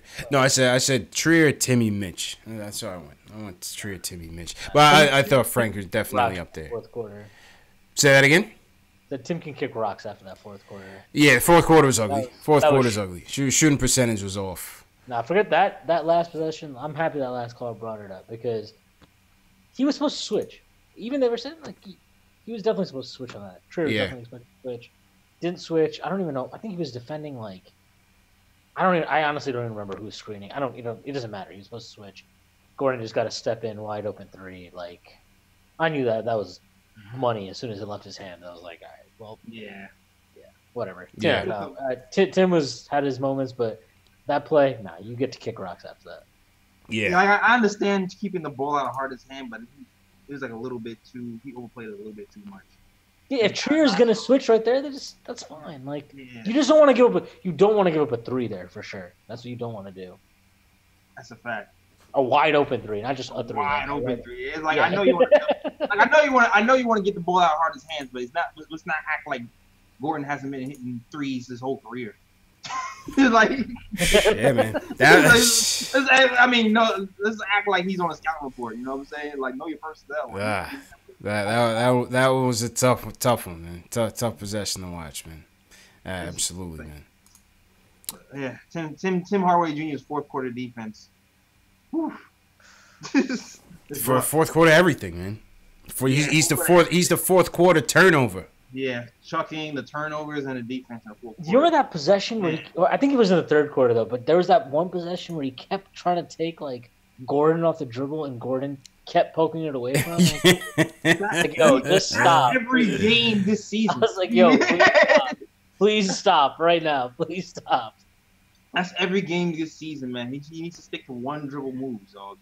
That's 1 to 2 dribble or drive to the cup. You know, like we need another we need another high usage player because right now everybody's playing like 1 or 2 levels above where they should ideally be.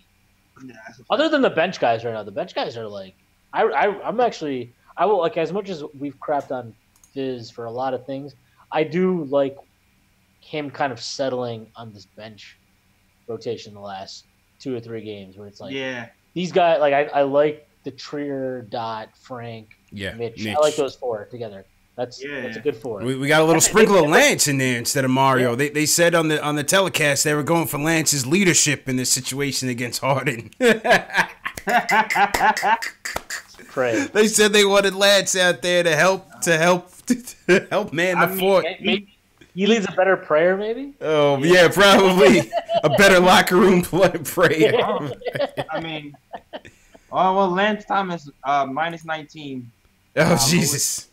Lowest plus minus on the team. That was in like 14 minutes or something. Yeah, so he led us to something. That's the captain, baby. That's what we want from our captain, man. Yeah, man. I mean, I'm going to be fair and say he hasn't played in like 67 games, though. So. Oh, my God. For man. good reason. Oh, my God. Yo, there was one play in the first quarter. Knox threw it to him like right under the hoop. And he... Yes. To, like, hit the bottom of the rim. Oh yeah, that was twice. Yo, that was really painful to watch. Like, oh my God, man! Bad News Bears, bro. The leader of the Bad News Bears. All right, let's go. Let's get back to the phones. We got a couple more calls left, and we'll wrap it up. Ernesto from Miami wants to talk about the importance of maxing out the cap space this offseason. Ernesto, what's your takes on this, man? Explain. Hey, what's up, guys? How you doing? Good. How you feeling, bro? I'm doing good, man. I'm doing good. I wanted to talk about the importance of maxing out the salary cap that we're going to have before extending KP. Okay. How you feel about that? That's what it's all about. Even though if we miss out on all the free agent targets that we want, for example, we still need to spend the money, and we still why? And it's still a good idea to get as because if we just use the existing salary cap that we have just to re-sign KP, that limits what we can do in the future. So we have to max out. Let's say I'm going to give you a round number. Let's say we have $20 million right now in salary cap. That's what we have before we resign KP. Well, we need to maximize that. We need to completely max that out. Even if it's 1, 2 players, even if it's for one single player, it doesn't matter. Even if it's a bad contract on a player on a 1-year deal, because then you can resign Porzingis after that and go over the salary cap. And that means, let's say you do a 1-year, $20 million deal on one player. Let's say I'm going to throw it out there just out of the blue. DeAndre Jordan, 1-year contract, $20 million. Well, we give him $20 million this summer, and then we re-sign Porzingis. What happens then? We already signed Porzingis to a max deal, and then next summer we have another $20 million of free space. If we do it the other way around and we don't max up the salary cap, we lose out on that money. We lose about $15 million in cap space. That's why Golden State is at like almost a $300 million payroll, because they have everybody bird rights and they can manipulate the salary cap. Yeah. So when with KD, when they have open cap space, what they do is they use their cap space to sign a free agent like Durant, and then they go over the cap to sign all their players that they own their bird rights to. And that's what the Knicks need to do. So it doesn't matter if we get the free agents that we want, or either we still have to, one way or the other, we have to spend the money. But we have to spend it wisely. Now, I'm good on bad contracts if it's a 1-year deal. JL's guy, Wayne. Other than that, then you have to be smart about how you spend it, because make no mistake about it.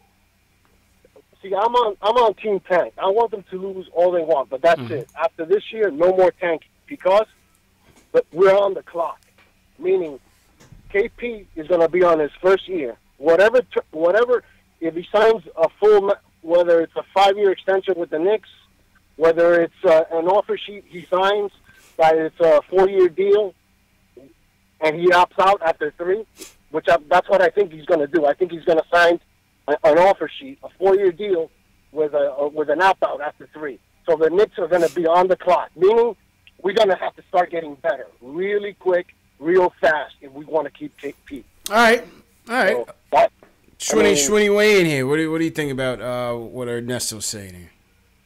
I mean, I agree we should use our space this year. I don't know. Like I said, I'm not. I think we can progress our team forward without necessarily signing a max player. So, like, to me, I agree that we should use the space 100% this year.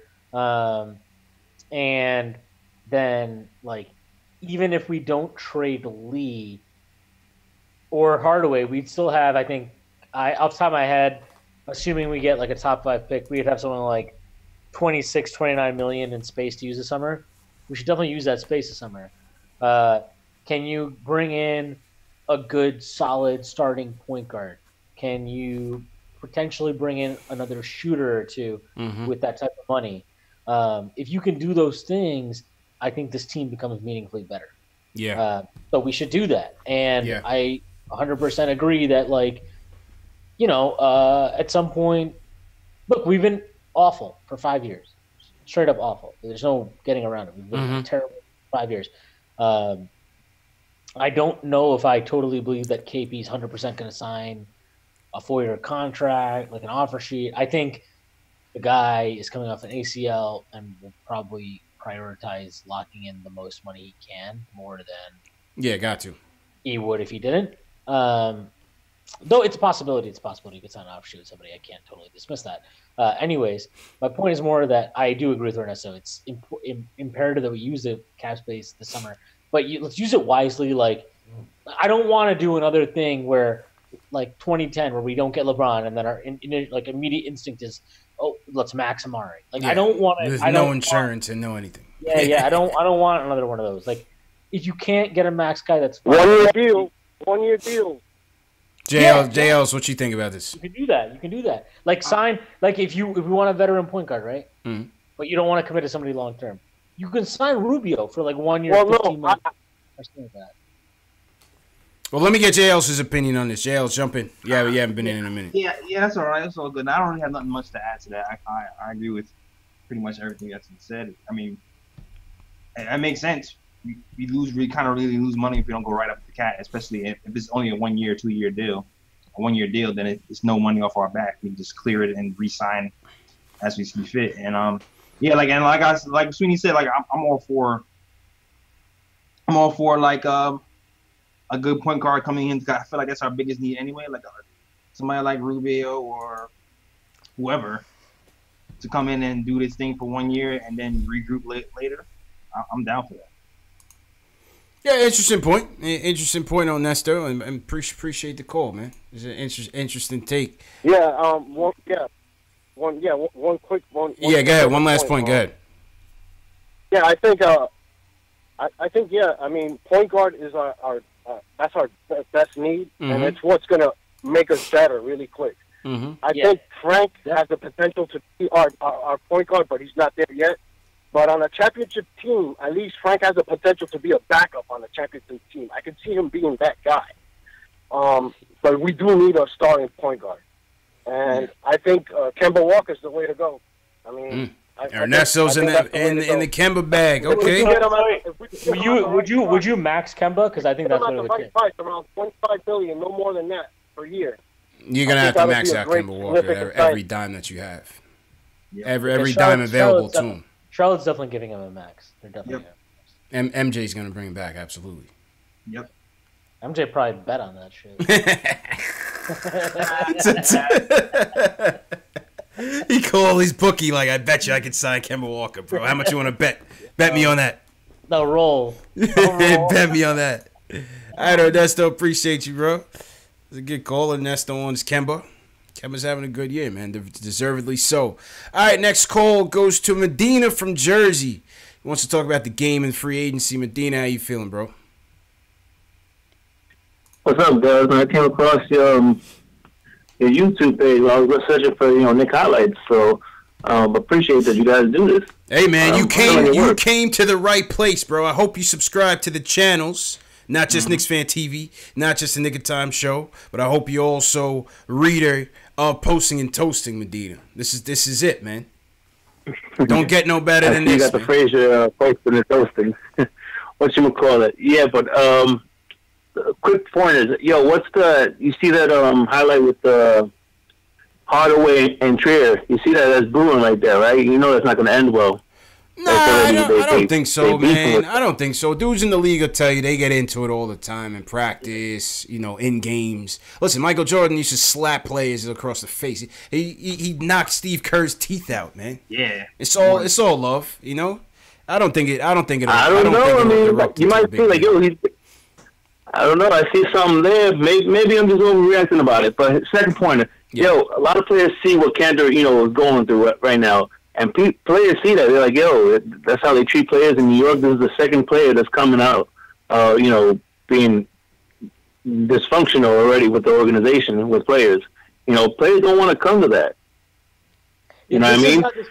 I'm sorry. Nobody thinks that Kanter crying about his minutes in a contract here is about dysfunction. That's about Kanter prioritizing his money over anything else. Like, Kanter can... No, that's... We didn't force him here. Yeah. I'm not. And you know what? And if you're talking about Melo, look at what Melo's doing right now. Like, Melo can cry all about how we treated him wrong. All I know is that man took the money at every turn. They don't try and take the money, and then he left. and said that he was going to prove all the doubters wrong. And what did he prove? He proved all of us right.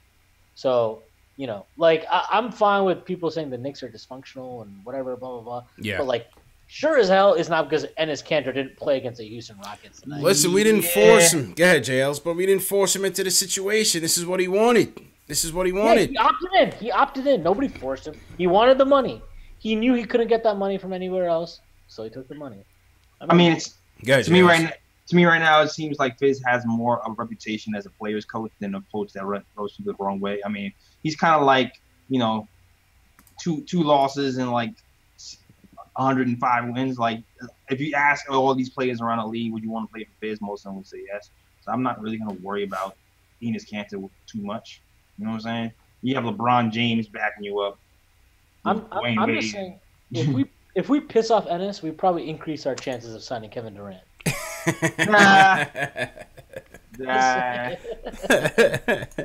Yo, Medina, appreciate the call, man. Make sure you subscribe to the channel, man. Definitely. I'm glad you found our show, man. Word.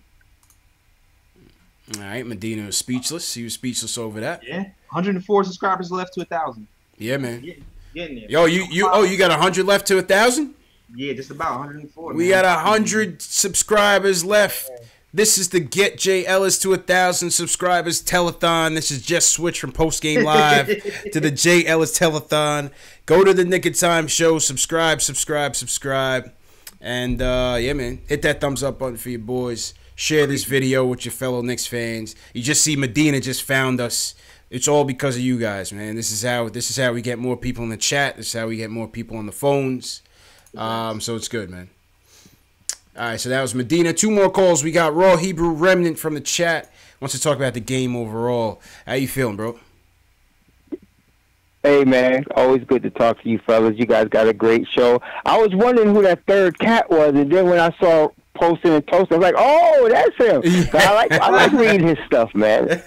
yeah, man. I like reading his stuff. He's pretty good. He's pretty good. I like reading this stuff, man. Absolutely. Real quick, I know I've been watching y'all. Always good to watch your show.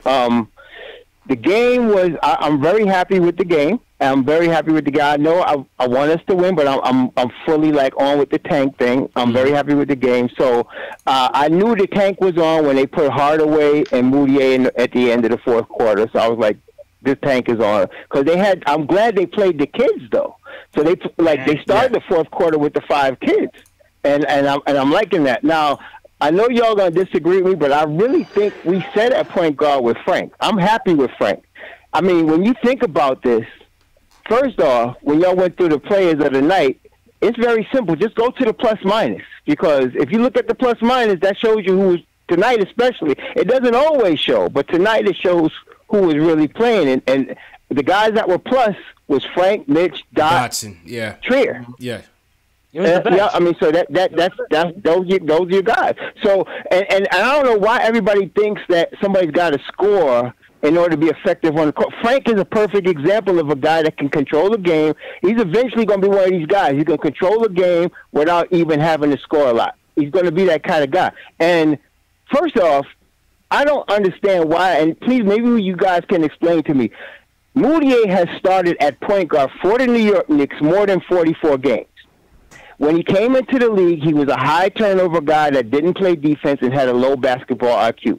He's still a high turnover guy that doesn't play defense and has a low basketball IQ. And they've committed to starting him for the rest of the year. And not only that, yeah, I see that, and not only that, but he does not set up the teammate. I'm not saying anything personally against the kid's character. I know he's trying hard, but I'm just saying he doesn't set up his team. The only time he's effective is when he isolates himself and goes to the basket. And if he doesn't turn it over, then something good might happen. But usually he turns it over. So, but Frank is more under control. And Mudiay, this is his 4th year. Frank has only started at the point guard spot for 5 games, y'all. For the whole year and a half he's been on the team, he's only started at his natural position for 5 games. I'm saying this. If you want to judge the kid, let's let him start at the point for like 20 games, 25 games. If he stink after that, okay. But I don't think you can judge him unless you've given him that shot. And but they haven't yet. So I'm saying, from what I'm seeing, from what I see with this kid, I think he's the answer. I can understand why somebody will, but we just impatient. If we just wait, KP is 23. So you bring KP in next year, he's 24. Frank is 21. Let them guys play together for a year. And this thing with John Morant, I'm not saying John Morant is not good, but you know, we tend to think because some kid is dunking on who gives a crap state that he's going to come in the NBA and dominate. He's going to take 2 or 3 years to develop himself.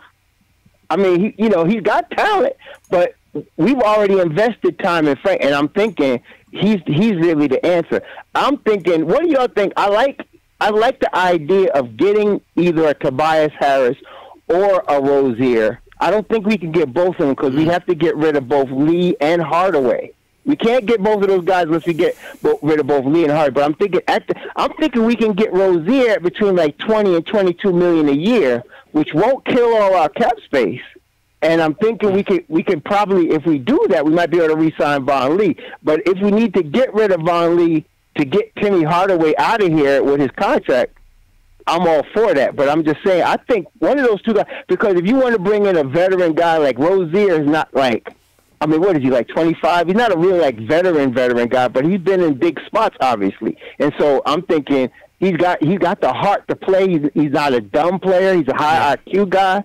I like him, but I don't think we should dump on Frank like that because if you just wait another year and give the boy a chance, like he hasn't gotten a full chance. You can't keep yanking him back and forth, and then when he goes 0 for 7, but he's +8, he stink. Whereas Mudiay got 7 turnovers, and people talk about what he scored. I mean, come on. I mean, whenever I want to know some stats. If Mudiay scores over 20, how many games have we won when Mudiay scored over 20? That's what I want to know. Because, and how many games have we won when Frank's played over 30 minutes? I would like to see those stats because I think those would be telling.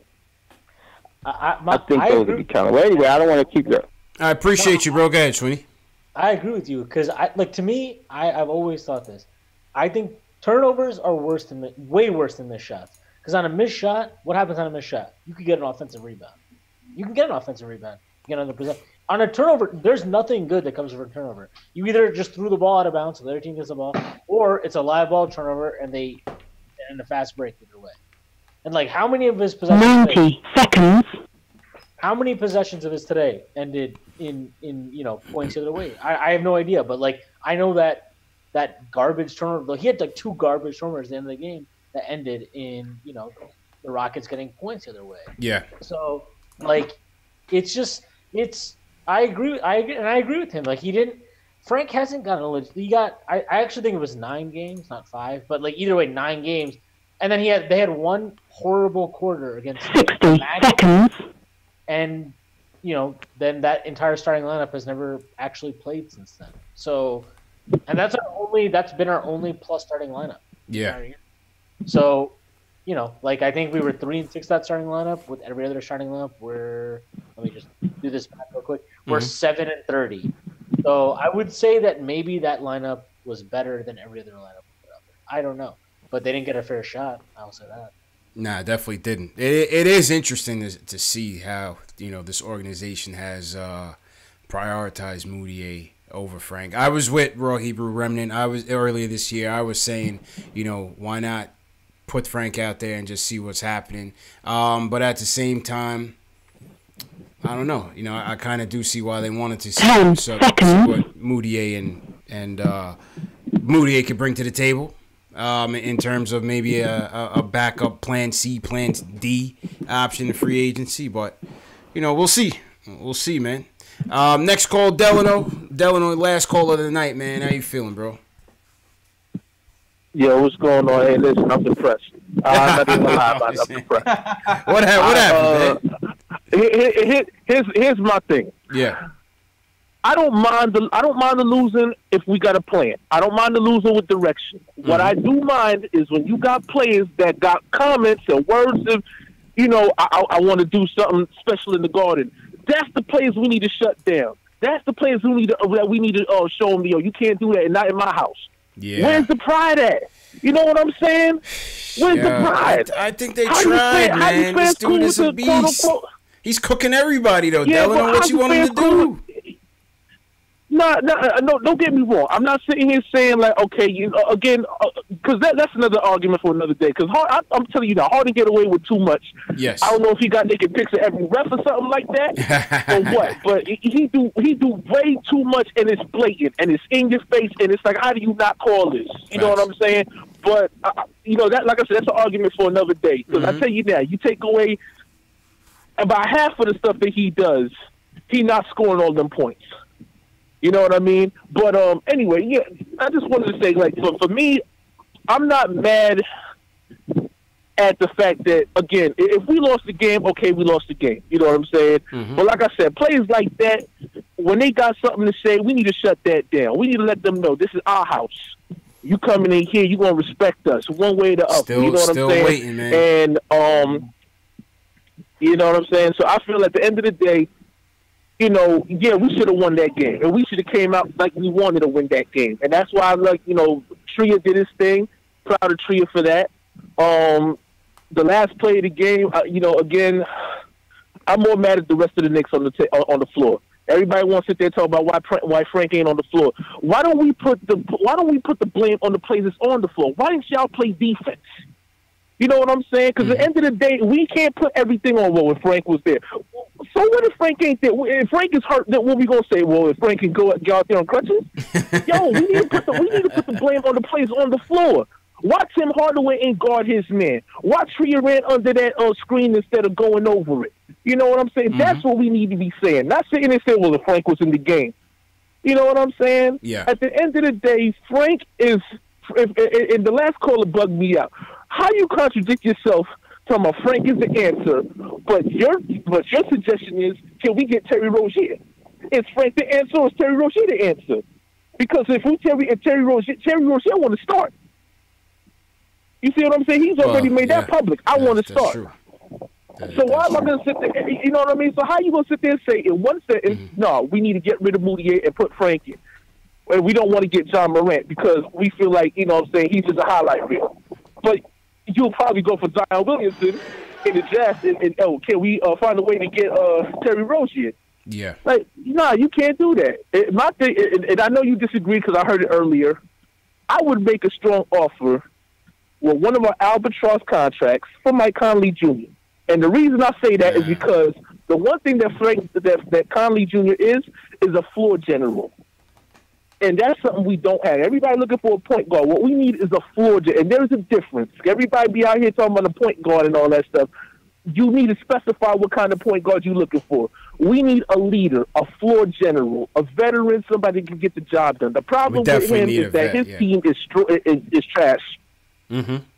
You know what I'm saying? You got two of the last grit and grind type of players on a team that's learning how to play finesse.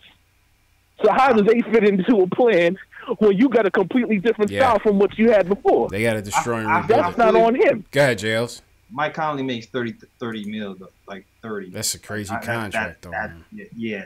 It's a lot of money, but that's what I'm saying. We got to get rid of these albatross contracts as well, because despite what, again, even though he's cheaper than Hardaway Jr., at least we know that Conley Jr. is more effective on the floor than Tim Hardaway Jr. is. Yeah, but we can't be getting old players here who was always injured for $30 plus dollars, and that's the only knock on him. That's the only knock is his injury.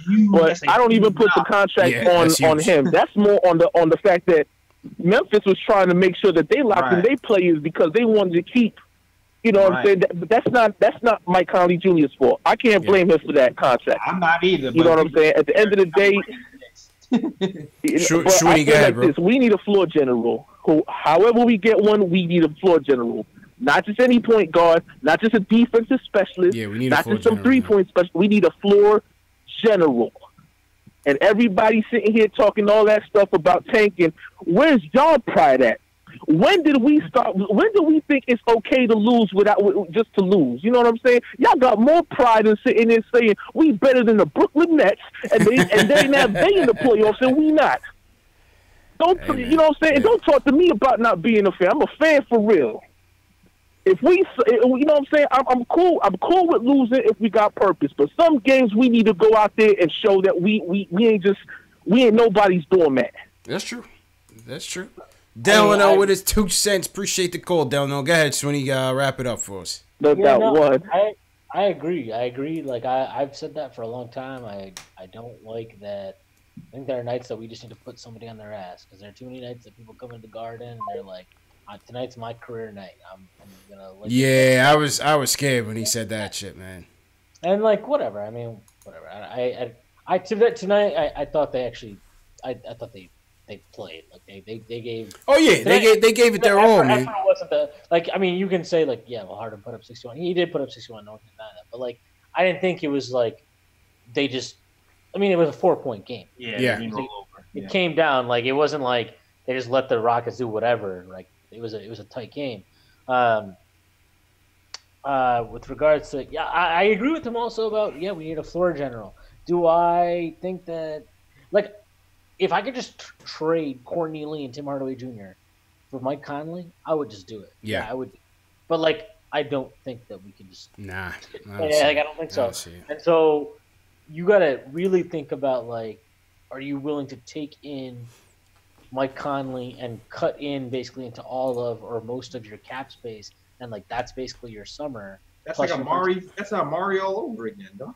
I mean, it's different because it's only 2 years left, but like still, that's it. That's your team now for 2 years. Yeah, but he's not gonna play 20. No, I agree that's what I'm saying. It's like it's like is that worth it? Like I don't think it's worth it. That's why like I don't know. I agree with what he is saying. I don't think Conley is the guy. I don't know who's the guy, but like we don't make millions of dollars. We don't get paid to make decisions for like we just get not paid to talk shit about them. Exactly. Yeah, exactly. We just don't get paid to talk. But yeah, man. With that being said, I think this is a perfect segue to wrap it up. My man J. Ellis can't even keep his eyes open. Schwinny's, I'm faded. Schwinny's faded.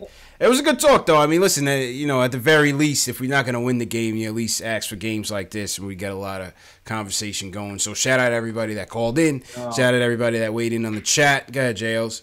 Yeah, let me shout out the new subscribers. Yeah. Crossfly Paper, what up? Thanks for joining KOT. Mark Swift as well, and Sang Freud 929. Thanks for joining. Yep. Absolutely. I also see Jamie Lee 10 in your chat was asking, is there a way for overseas callers to weigh in? I'm going to get that figured out. I want to get some of you guys from overseas in here connected, whether it's through Discord or Skype or something. I'm going to figure that part out and get some international people in here. Yeah. Yeah, man. All right, Jay, let's get and promote your stuff while we wrap up, man. Cool podcast just dropped today. Definitely check that out. It's on YouTube, SoundCloud, iTunes, Google Play, Spotify. I'm on Spotify now. Yes, sir. Yeah. Stitcher, I'm on a bunch of places. I'm all over the place, so definitely check that out.